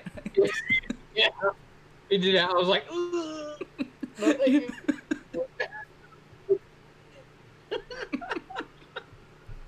And he said like tiger owner. Tiger owner. Yeah, now you get why I was laughing. It's so the original girl that talked about guys not being able to afford it. Yeah, she had to was like, I'm not gonna apologize. There's nothing wrong with what I say, and then like 5 seconds later is apologizing. I would probably pay that dude with the nasty legs $5 versus the girl that originally posted the video. I mean, granted, I didn't sub to the guy, but yeah, that's or the comp. Yeah. The original, it just and sometimes and you're told never to hit a woman, but sometimes you feel like there's a reason to do so. You just don't. Yeah, you're like, and an extreme reason on what guys have to deal with, and they have to hold it back. Just, man, it's the worst. Yeah. And the other thing I don't understand about that is, do these women not realize, like, there are websites like Chat Roulette and I mean, what is it, Cam Soda or something like that. That there are streams. There are streams where girls show everything for free, and they also get donated when, like, they're making money hand over fist. Like, how is somebody who just sits online and maybe puts on outfits or something and plays video games, like, was like, what are you, I know what you're talking about. What are you offering that people would be willing to pay for when there's outright pornography that people are getting for free and are unwilling to pay for? I don't that doesn't, I'm not catching. So, there's like a chat porn site that I know. Yeah, there's just several of them. And there's people who just put like. Yeah, dude. Yeah, I mean, ourselves out there for free, but you've got Twitch. Okay, 2 things wrong with that. One, why do they think they're going to get a bunch of money off of that? And some of them do. Yeah, I don't understand the mentality behind that. What guys are on that? Yeah, like, are those just 11-year-olds? Is that their main base? Well, apparently, kids who don't know anything. I don't know, but apparently the girl that was complaining about people not subscribing had some, like, 30-ish business executives subscribing to her channel and paying, like, the higher tiers, and it's like, do these... What? She's like an 8. I mean, not bad, but, the stockings, I think... Okay, so... Incorporate... So why would anybody pay? Physically, probably an 8, but as soon as you hear her talking and her demeanor, you're like, okay, she's probably like a 6.5. Yeah, drop down to a 4. I would say a 4. Oh, 4? I mean, just okay. Massive turn off. No, the instant money comes into play. No, thank you. Done. Gone. Goodbye. Yeah. Oh, yeah. Okay. So so the e-begging. Okay, I see that drops down to a 4. I was just saying, just her condescending attitude on the other stuff. That's just like, it's like, dude, I don't know if I would say like, oh, hey, she's pretty hot, and then starts and like, dude, she's dumb and she's insulting. Who would want to subscribe? And then she's like, oh, if you can't afford $5, you should be really working instead of watching stream. I'm like, okay, yeah, that's a 4. Yeah. All right. Well, I mean, but the even worse than that, it's not what she's asking for. It's who is she talking to? Mostly 13-year-olds, I'm guessing. That's what I've always wondered. What kind of thirsty dudes are sitting there dumping their money into that junk? I am guessing that she has subscribers. Where are their dads? Slapping them across the face and saying, there's free crap out there. Go look at it if you want, or go get yourself a real girlfriend. Yeah. Where are the dads? Because I don't know. So I'm assuming she had like several 100,000 subscribers or something like that. I'm thinking like 80 to 90% of that was all 13-year-old kids who can't go on porn sites or don't have credit cards or something. Good possibility, but where are the parents? Because you ever catch my son looking at, some e-thoughts. That's a big slap across the face and say, dude, let me sell you some free shit. Additionally, go get yourself a girlfriend. Yeah. If you're into that kind of garbage, I don't endorse it. But hey, don't pay money to that nonsense. This is like don't reward this is like her. paying for 5 movie tickets to watch one movie at the movie theaters. It's like, hey, I bought a ticket to this show, and now I'm going to buy 20 tubs of popcorn. It's just like overpaying for nothing. Yeah, it's like I don't endorse people paying for pornography, but it's like, well, if you're going to spend money, get something out of it. Don't spend money for like, oh, but she talked to me or something. It's like... no, all you got is a girl sitting with her bunch of plushies wearing the, knee highs. Yeah. Talking about, hey, spend money on me. Get there. No. Never, ever, ever, ever. What a... Yeah. No. Never, ever, ever, ever, ever, ever. Why? Why? Yeah. I don't understand how thoughts are a thing. What kind of stupid kids are being bred nowadays? Yeah, that's why the whole term, the simp is, been passed around. So, like, simp and Karen have been going around for, like, the last month.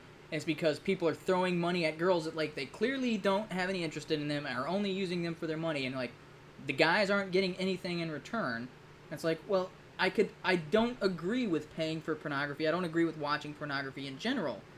But at least I can understand that there's a transaction. Yeah. Somebody paid money, they got something in return. That makes sense to me. Somebody paying the e-thought gets nothing in return but maybe humiliation or, like, oh, hey, thanks for the money. I'm going to go and blow my boyfriend now. The guy gets nothing in that reaction. They can't do anything they wanted to, so you're paying for nothing.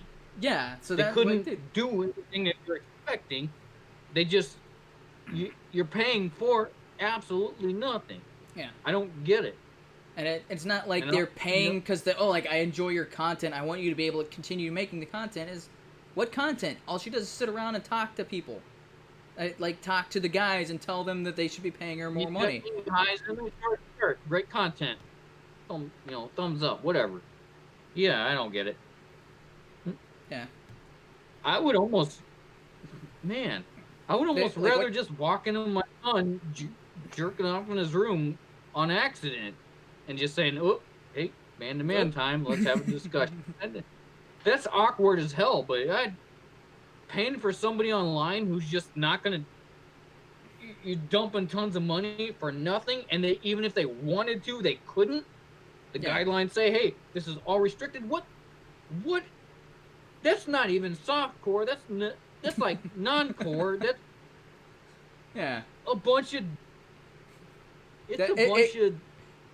It's like paying money for a Victoria's Secret catalog.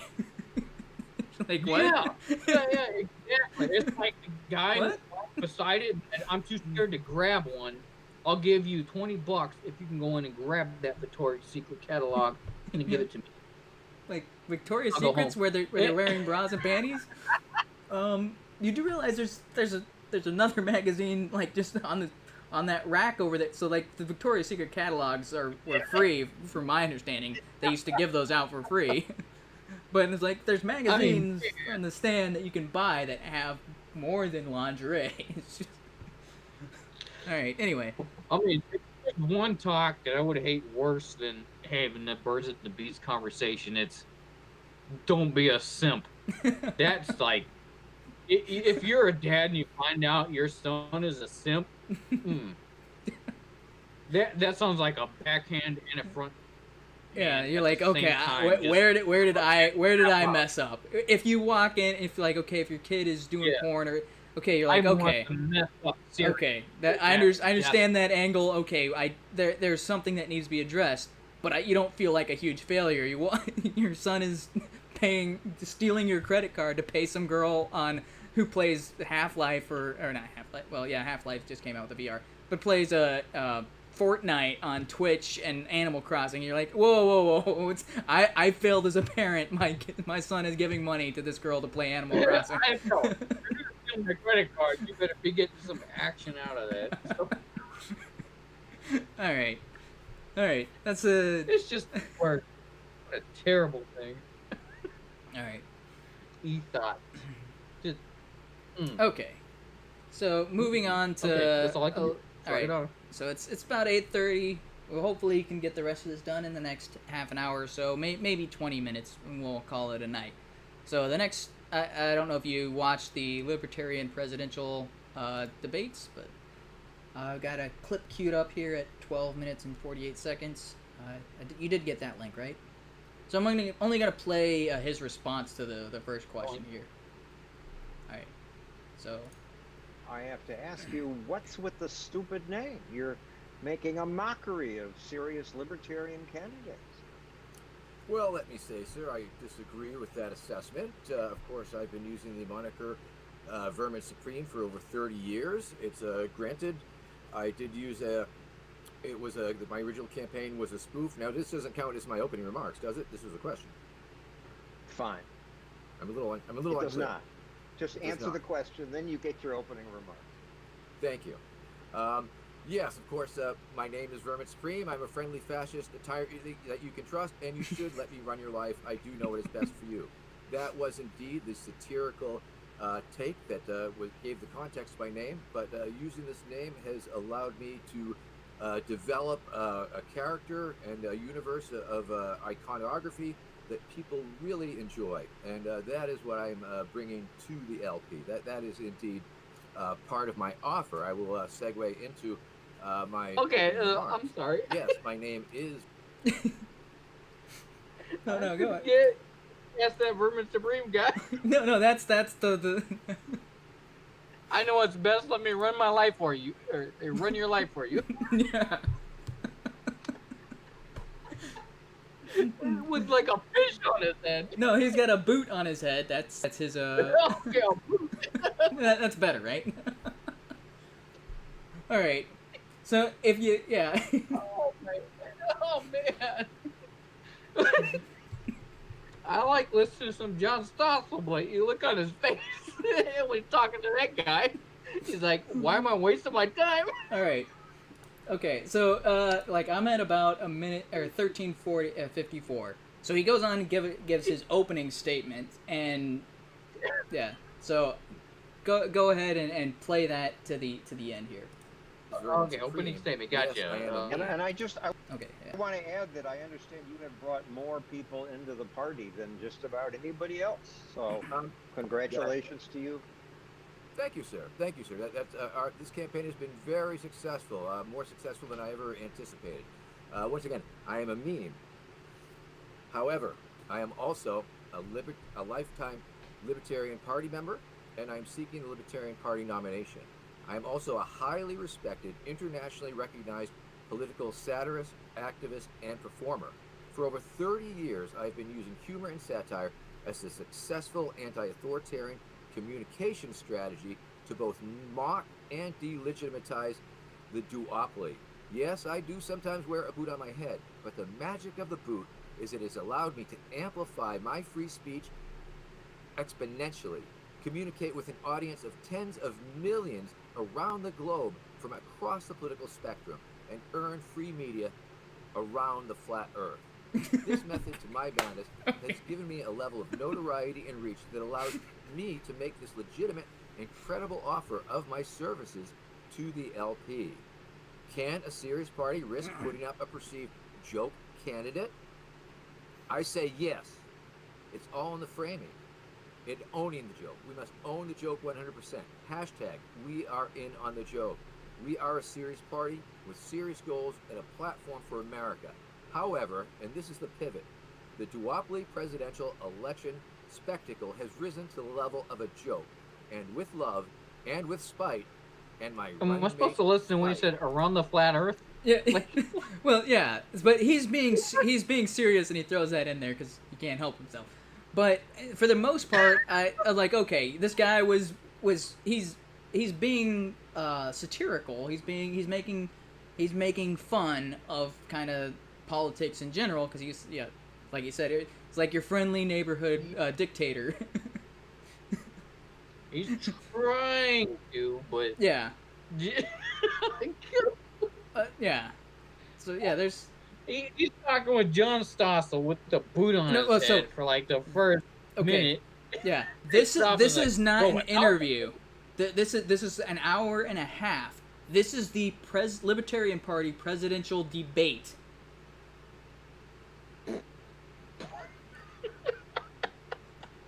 Yeah, around the flat earth. Yeah.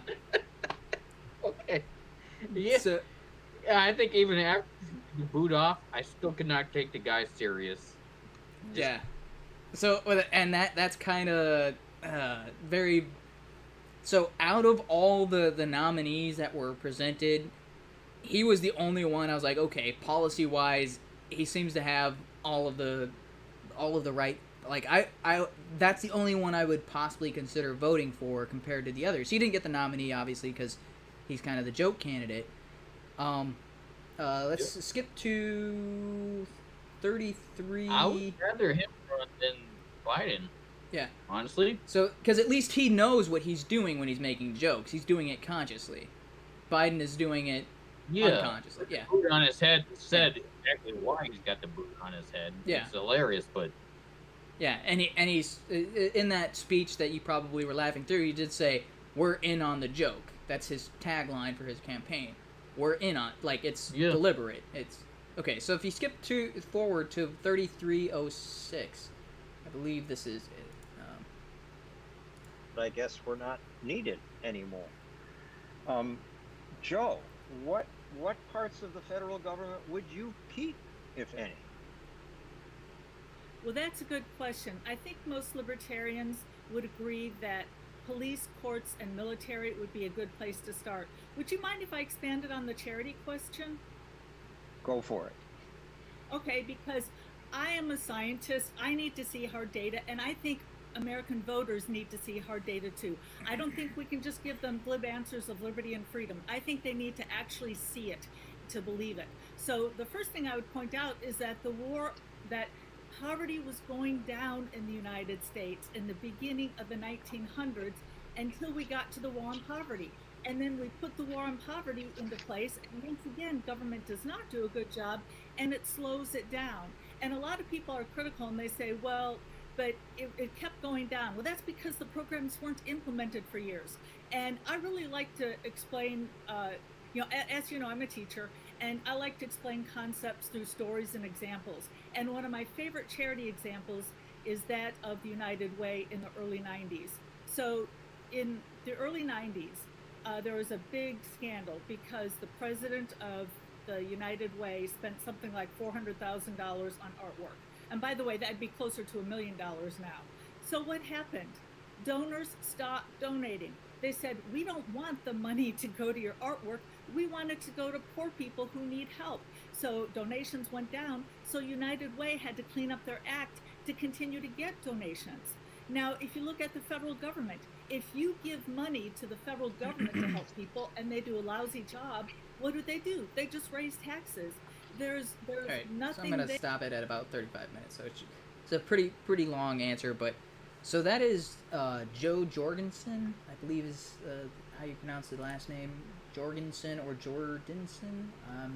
I think it's Jorgensen, but she ended up being the actual Libertarian presidential nominee. So she is currently running for president on behalf of the Libertarian Party. So that I played that clip because that I think was her best response of the evening. A lot of her other clips, it seemed more like she was being very reactionary and changing or pivoting in order to toe party lines. And some of the other people in the debate were calling her out on that sort of thing because that seems. And out of all the ones that were presented, she seemed to be the one that was most like a politician. And when I was so when I was watching it, I was like, well, the entire purpose of the Libertarian Party or at least one of the main, is they don't like politicians. If you look at Ron Paul and Rand Paul, they were politicians, and as in they held office, but when they were talking to people, they were very... they are, I guess, because Rand Paul is still there, men of conviction, and they don't toe party lines, and they don't go back and forth on a topic and all that sort of thing. They state their mind, even if it's not a popular opinion, and they seem very unpolitical when they give their responses because it's genuine, whereas she came off seeming very not genuine. Gotcha. Yeah, that was my take on it, but... So, I don't know if you want to watch the whole thing on your own time, but I kind of suggested it because there were some other interesting people, and compared to the Democratic debates, this was actually something that was like, okay, this seemed legitimate, and this wasn't whatever political hackery nonsense jokes that those debates were for the Democrats. And the Republicans didn't have debates because Trump was the presumptive nominee, and with Joe Walsh. I think Joe Walsh and maybe one other guy put their name on the ballot in a couple of states and just got went like 1% of the vote. No, you guys don't exist. This is what. Yeah. This is it. So it's kind of Trump versus the DNC. Yeah. So I think this was a little better. Okay. Like as far as a debate goes, is in people actually presenting different positions and actually presenting their own personalities and their policies and stuff like that. I think this was a much better demonstration, and I wish they had gotten more attention on this. But and John Stossel does host the Libertarian Party presidential debates, and this is, I think, his third time doing it, maybe fourth. But he's been doing this for a while because he is a libertarian, and so at first it's kind of sounded like he was interviewing Vermin Supreme, but this was the debate. So Vermin Supreme was the only joke in the presidential nominees, or joke-ish candidate, because he could be semi-serious. Yeah. Because I kind of like John Stossel. Mm-hmm. He seems like he's a middle road guy, just saying, hey, what's real, what's not. Yeah, very, very common sense. He's not extreme. Like, I think I'm like, when I talk about politics or whatever, I go a bit too extreme. I don't think it's a bit too extreme, but other people would probably see it as a bit too extreme with anarcho-capitalism, and we've had discussions on that sort of thing. John Stossel, like, if he were the guy speaking out for libertarianism, I could see, I can't see very many people looking at John Stossel, looking at what he talks about in his shows, looking at his interviews, and being like, oh, that guy's a nut job. No, he's like down to earth as you can get, and I definitely see him being more able to sway people towards libertarian than other candidates, like maybe even Vermin Supreme. Vermin Supreme's really popular amongst high schoolers and college kids, and that was kind of his pitch. The boot on the head? Yeah, the guy with the boot on his... Yeah, he's got millions of followers. No, is that why he's popular? Because he's got a boot on his head? Because all he does is memes. Like, So he's kind of in tune a little bit with... That's terrible. That's not... What kind of platform is he advocating for? But who knows? No. He discusses that in the debate. So he does bring out actual positions. So, yeah.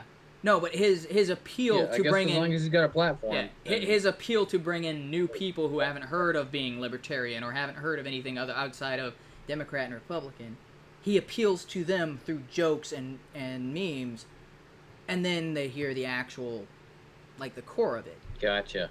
So, yeah. So he does have, like, I think out of all of those, he seems to embody the position that is most libertarian out of all the candidates that I saw. So I was saying, if I was going to vote libertarian, he would have gotten my vote. I'm not going to vote, but that he would have been my pick, not because he's the meme, but I was like, as far as everything he said in that debate, there was a couple of others that they would somewhat pivot around a situation, and Joe, like I said, seemed to do this a lot, where people are saying, hey, the libertarian position should be this, and in the past you said you weren't comfortable answering that question. So there's things like that. But Vermin, as far as how his viewpoint aligns with being libertarian, seemed to be the most consistent on that regard. Some of the others seemed more like libertarian light, or sorry, not Republican light, with a little bit of actual libertarian principles thrown in. So out of the ones, there were only 2 or 3 that I would have been like, okay, those guys are on par with Rand Paul. And Rand Paul is a Republican, but he is a very libertarian Republican. He's not a part of the Libertarian Party, but he's more libertarian than Joe Jorgensen seems to be, and like 2 or 3 of the other people that were there. It's like, yeah, Rand Paul is more of a the embodiment of a libertarian than those people, and those people are supposedly running for president as libertarians. So that's my take on that.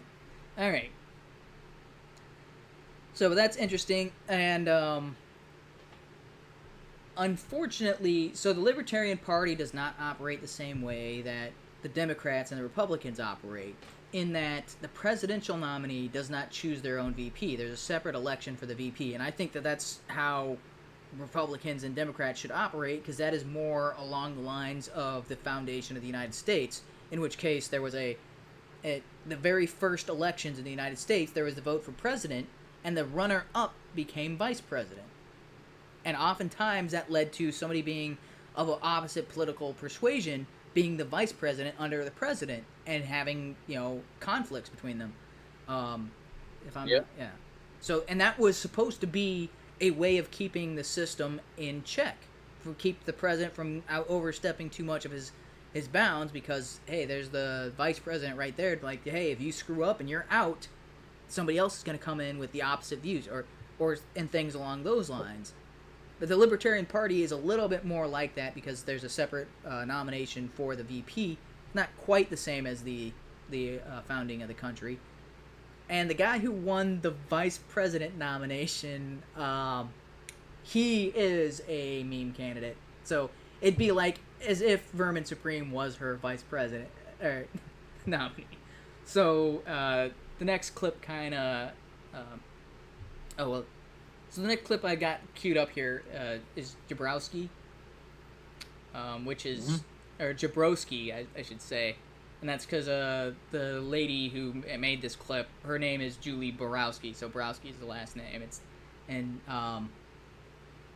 So I'm going to play the clip and discuss a little bit what she says here. So go ahead and play that. And I think I'll play it for like 30 seconds or so, and I'll tell you when I'm stopping. The system is a joke, they say. Okay, if you think that, then go join a joke party. The Guns and Dope Party, the Inanimate Objects Party. Really use satire to make a point. The Libertarian Party, however, is not a joke. When you nominate a joke candidate, people are literally going to think that the party is a joke, which is a slap in the face to all the Libertarian Party members and donors who have worked so hard to try to build the party's credibility. It's gone like Joe has been gracious on Twitter. So she's not talking about the Libertarian Party presidential nominee. She actually, in the earlier part of the video, she says she actually likes Joe Jorgensen. She had never heard of her before this, but she's like, okay, based on some of the things she's saying, she's a good Libertarian candidate. This video she's making is about the VP pick because he is a joke, and again, it's supposed to be getting the younger voters interested in the Libertarian Party, try to bolster their numbers, because they're still trying to they're still trying to get past the 2% of votes, because they get 1% to 2%, and the best they've ever done was under what's that guy's name, Gary Johnson, and they barely got 2% of the vote in the national election. And that's the best the Libertarian Party has ever done. So they're hoping to mix in younger people with comedy and things like, just making jokes and doing outrageous radical things to get attention is going to help them out. And yeah, that's sure. That would be like putting a wacky inflatable arms guy in front of a used car lot. Yeah. And they're flailing about, and hey, look at this crazy guy. come on and get some used cars and you know, maybe some fake doors or whatnot. But yeah, it's just it's a gimmick.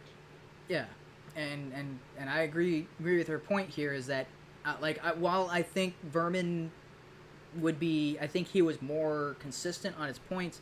I understand that. Oh yeah, had he been nominated, yeah, that would have probably.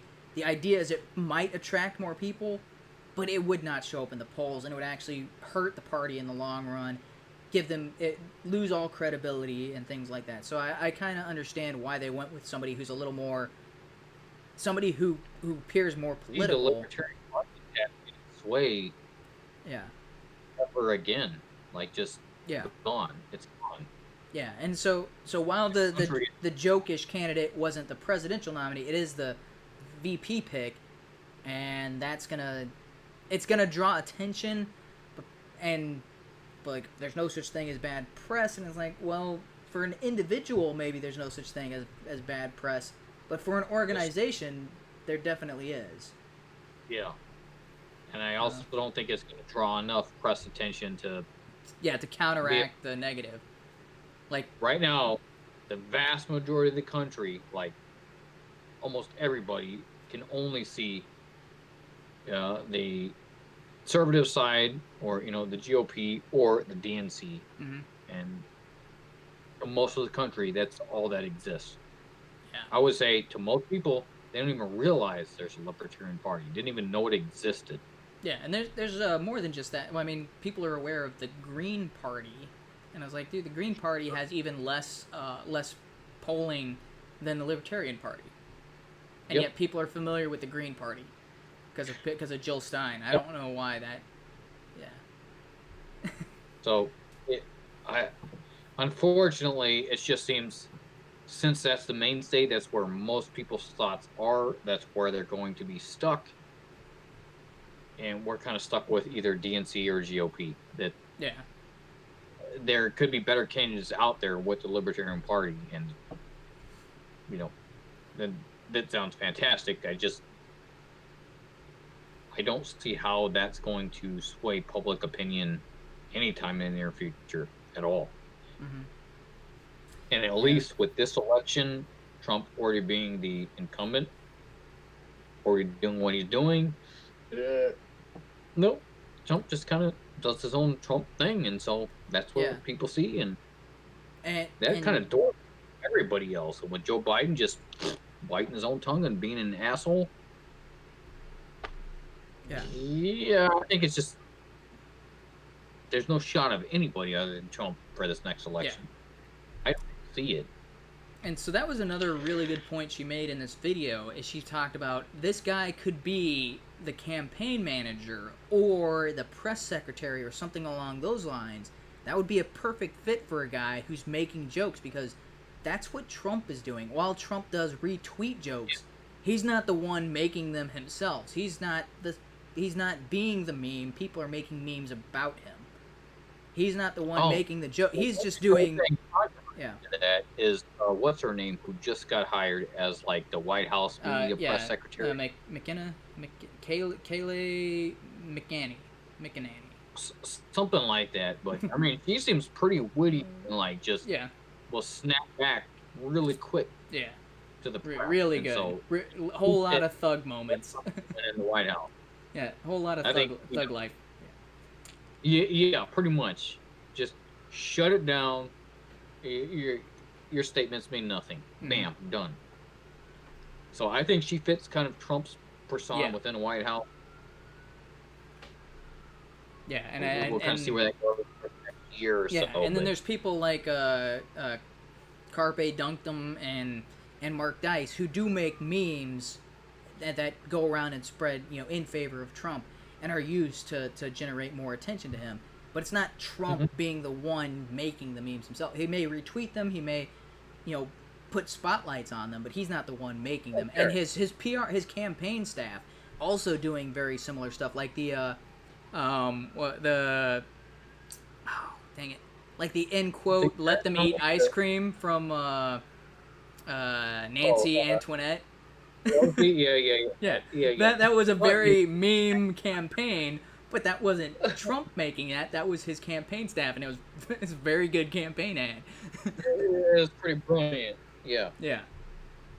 But it would be one thing if Trump was being that clown making the jokes and always, and so it's a completely other thing where he's being serious and occasionally he'll laugh or he'll make a joke but his jokes are like little kind of, they're not outlandish. He's not like Steven Crowder comedian. Like to a personal, yeah, you know, a personal context type of thing. Yeah. It's more of a counterattack or a rebuttal. Yeah, it's not like he's going out of his way to be a character or be outlandish and absurd. It's not like Steven Crowder when he dressed up as a transgender woman to go interview that politician or whatever and got up on stage with her. He's practically got a full beard. He's got at least a 12 o'clock shadow and he's going up in her. Yeah. Yeah, that's I forget that whatever the politician whose career died after that. So yeah, Trump's not going to those extremes, but like he has some like, haha, that's pretty good, that was pretty funny. It's other people that are making the memes, and he's benefiting from that as far as the attention that comes with it. Yeah, I would think at least he's waiting enough to understand what's out there. Yeah. So, I mean, dude's like what, over 70? Yeah, that's a little impressive. I would. Yeah. Considering most people over 70 don't even understand what Twitter is, it's like, oh, the YouTube. Man, Steven Crowder keeps saying the YouTube, and that annoys me because that sounds like such a grandpa thing to say. And it makes me wonder: is he saying the YouTube to make fun of people, and now it's become kind of like second nature, where he's like, because there was a guy in my office who used to say quesadilla, and I was making fun of him, and now I will say quesadilla, and I'm like, dang it, I do it without thinking about it, because I was making fun of this guy, because it's quesadilla, and this guy kept saying quesadilla, and I'm like, we're mocking him, but it got to the point where we started saying it too, and I'm like, dang it. I think that guy you're mocking, he was quoting King of the Hill. I don't think he was actually doing. No, he was kind of a southern kind of like Mississippi, Arkansas redneck type guy. So when he said quesadilla, he didn't realize it was a joke. He didn't realize why we were laughing at him. But I mean, like Peggy Hill said the same thing, quesadilla. Yeah.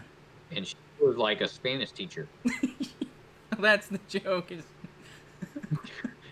she's Spanish. She's like the worst Spanish teacher in the world. Maybe he played you on, and you didn't even notice it.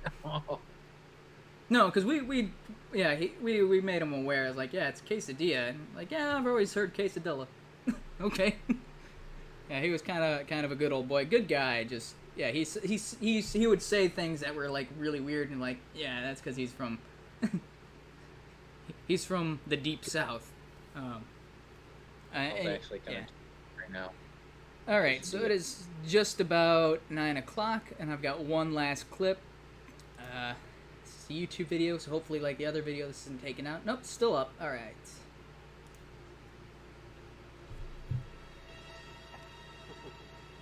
You guessed wrong. You only think I guessed wrong. Aha, you fool! Victim to one of the classic blunders. The mistake is never get involved in a land war in Asia, but only slightly less well known is this. Never go in against a Sicilian when death is on the line.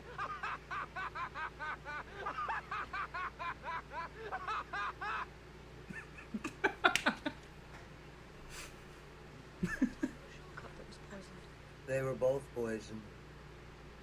I've spent years building up an immunity to hydroxychloroquine.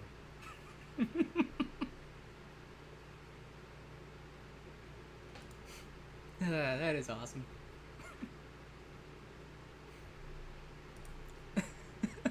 Oh, man.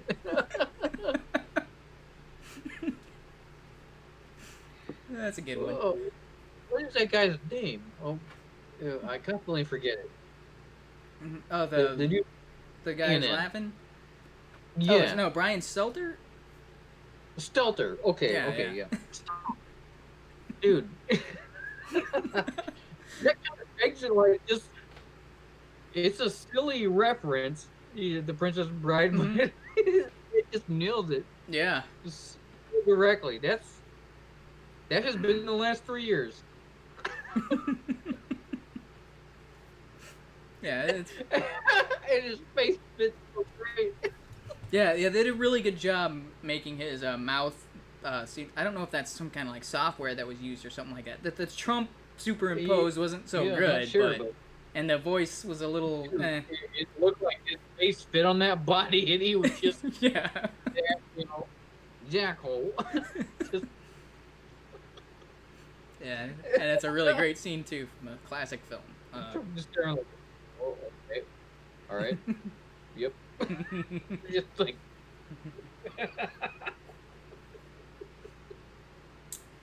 Yep. Dude, I don't know how that guy can even show his face anymore on CNN. It's just, it's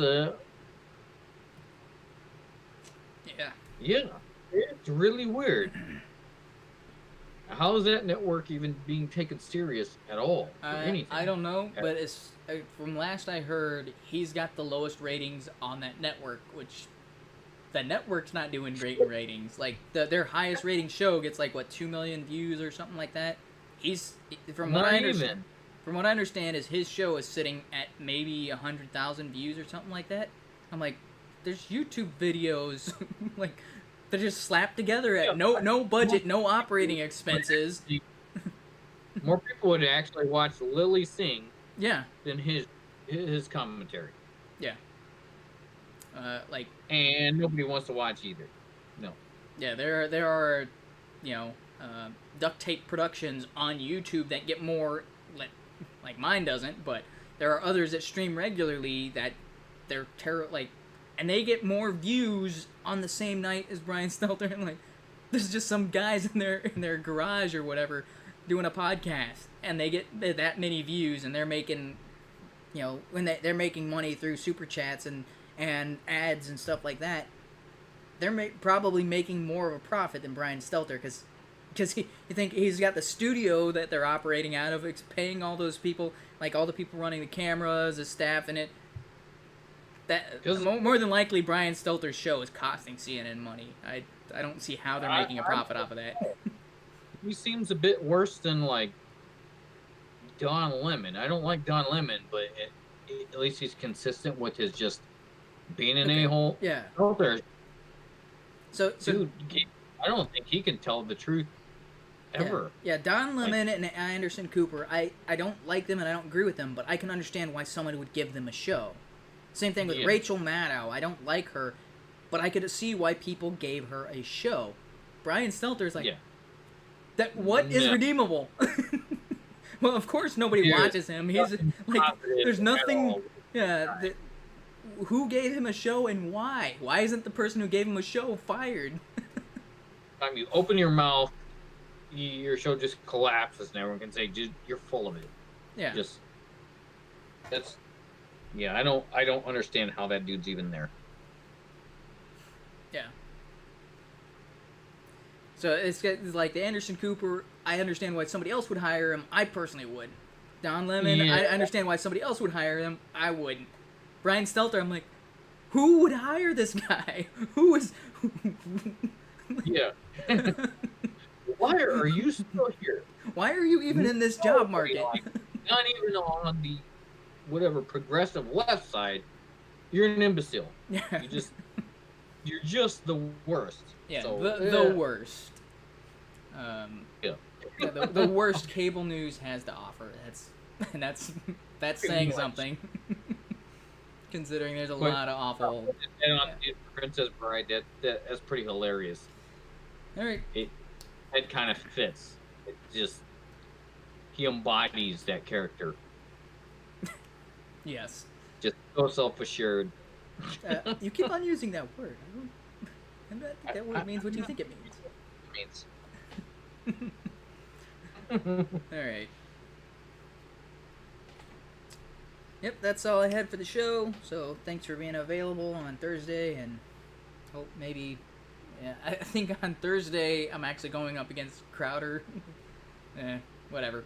Nobody's watching this stream to begin with. And yeah, thanks to anybody who ended up does what. Man, anybody who does end up watching this. I do try to stream every Thursday. It hasn't been quite consistent, but that's because we've been pushing on a project that was due, and we're kind of at the breathing room. We've had a little bit of scramble, like this week and last week, to catch up, but we're kind of at the light at the end of the tunnel from crunch time. So it should have more consistency going forward as Thursdays being available. Mondays and Tuesdays are out. Yeah, so this is it's either Wednesdays or Thursdays, and I think Thursday's the only night that's going to work for you. So we'll try to do Thursdays from now on, and plan on starting from 7 to 9 is the window I'm shooting for.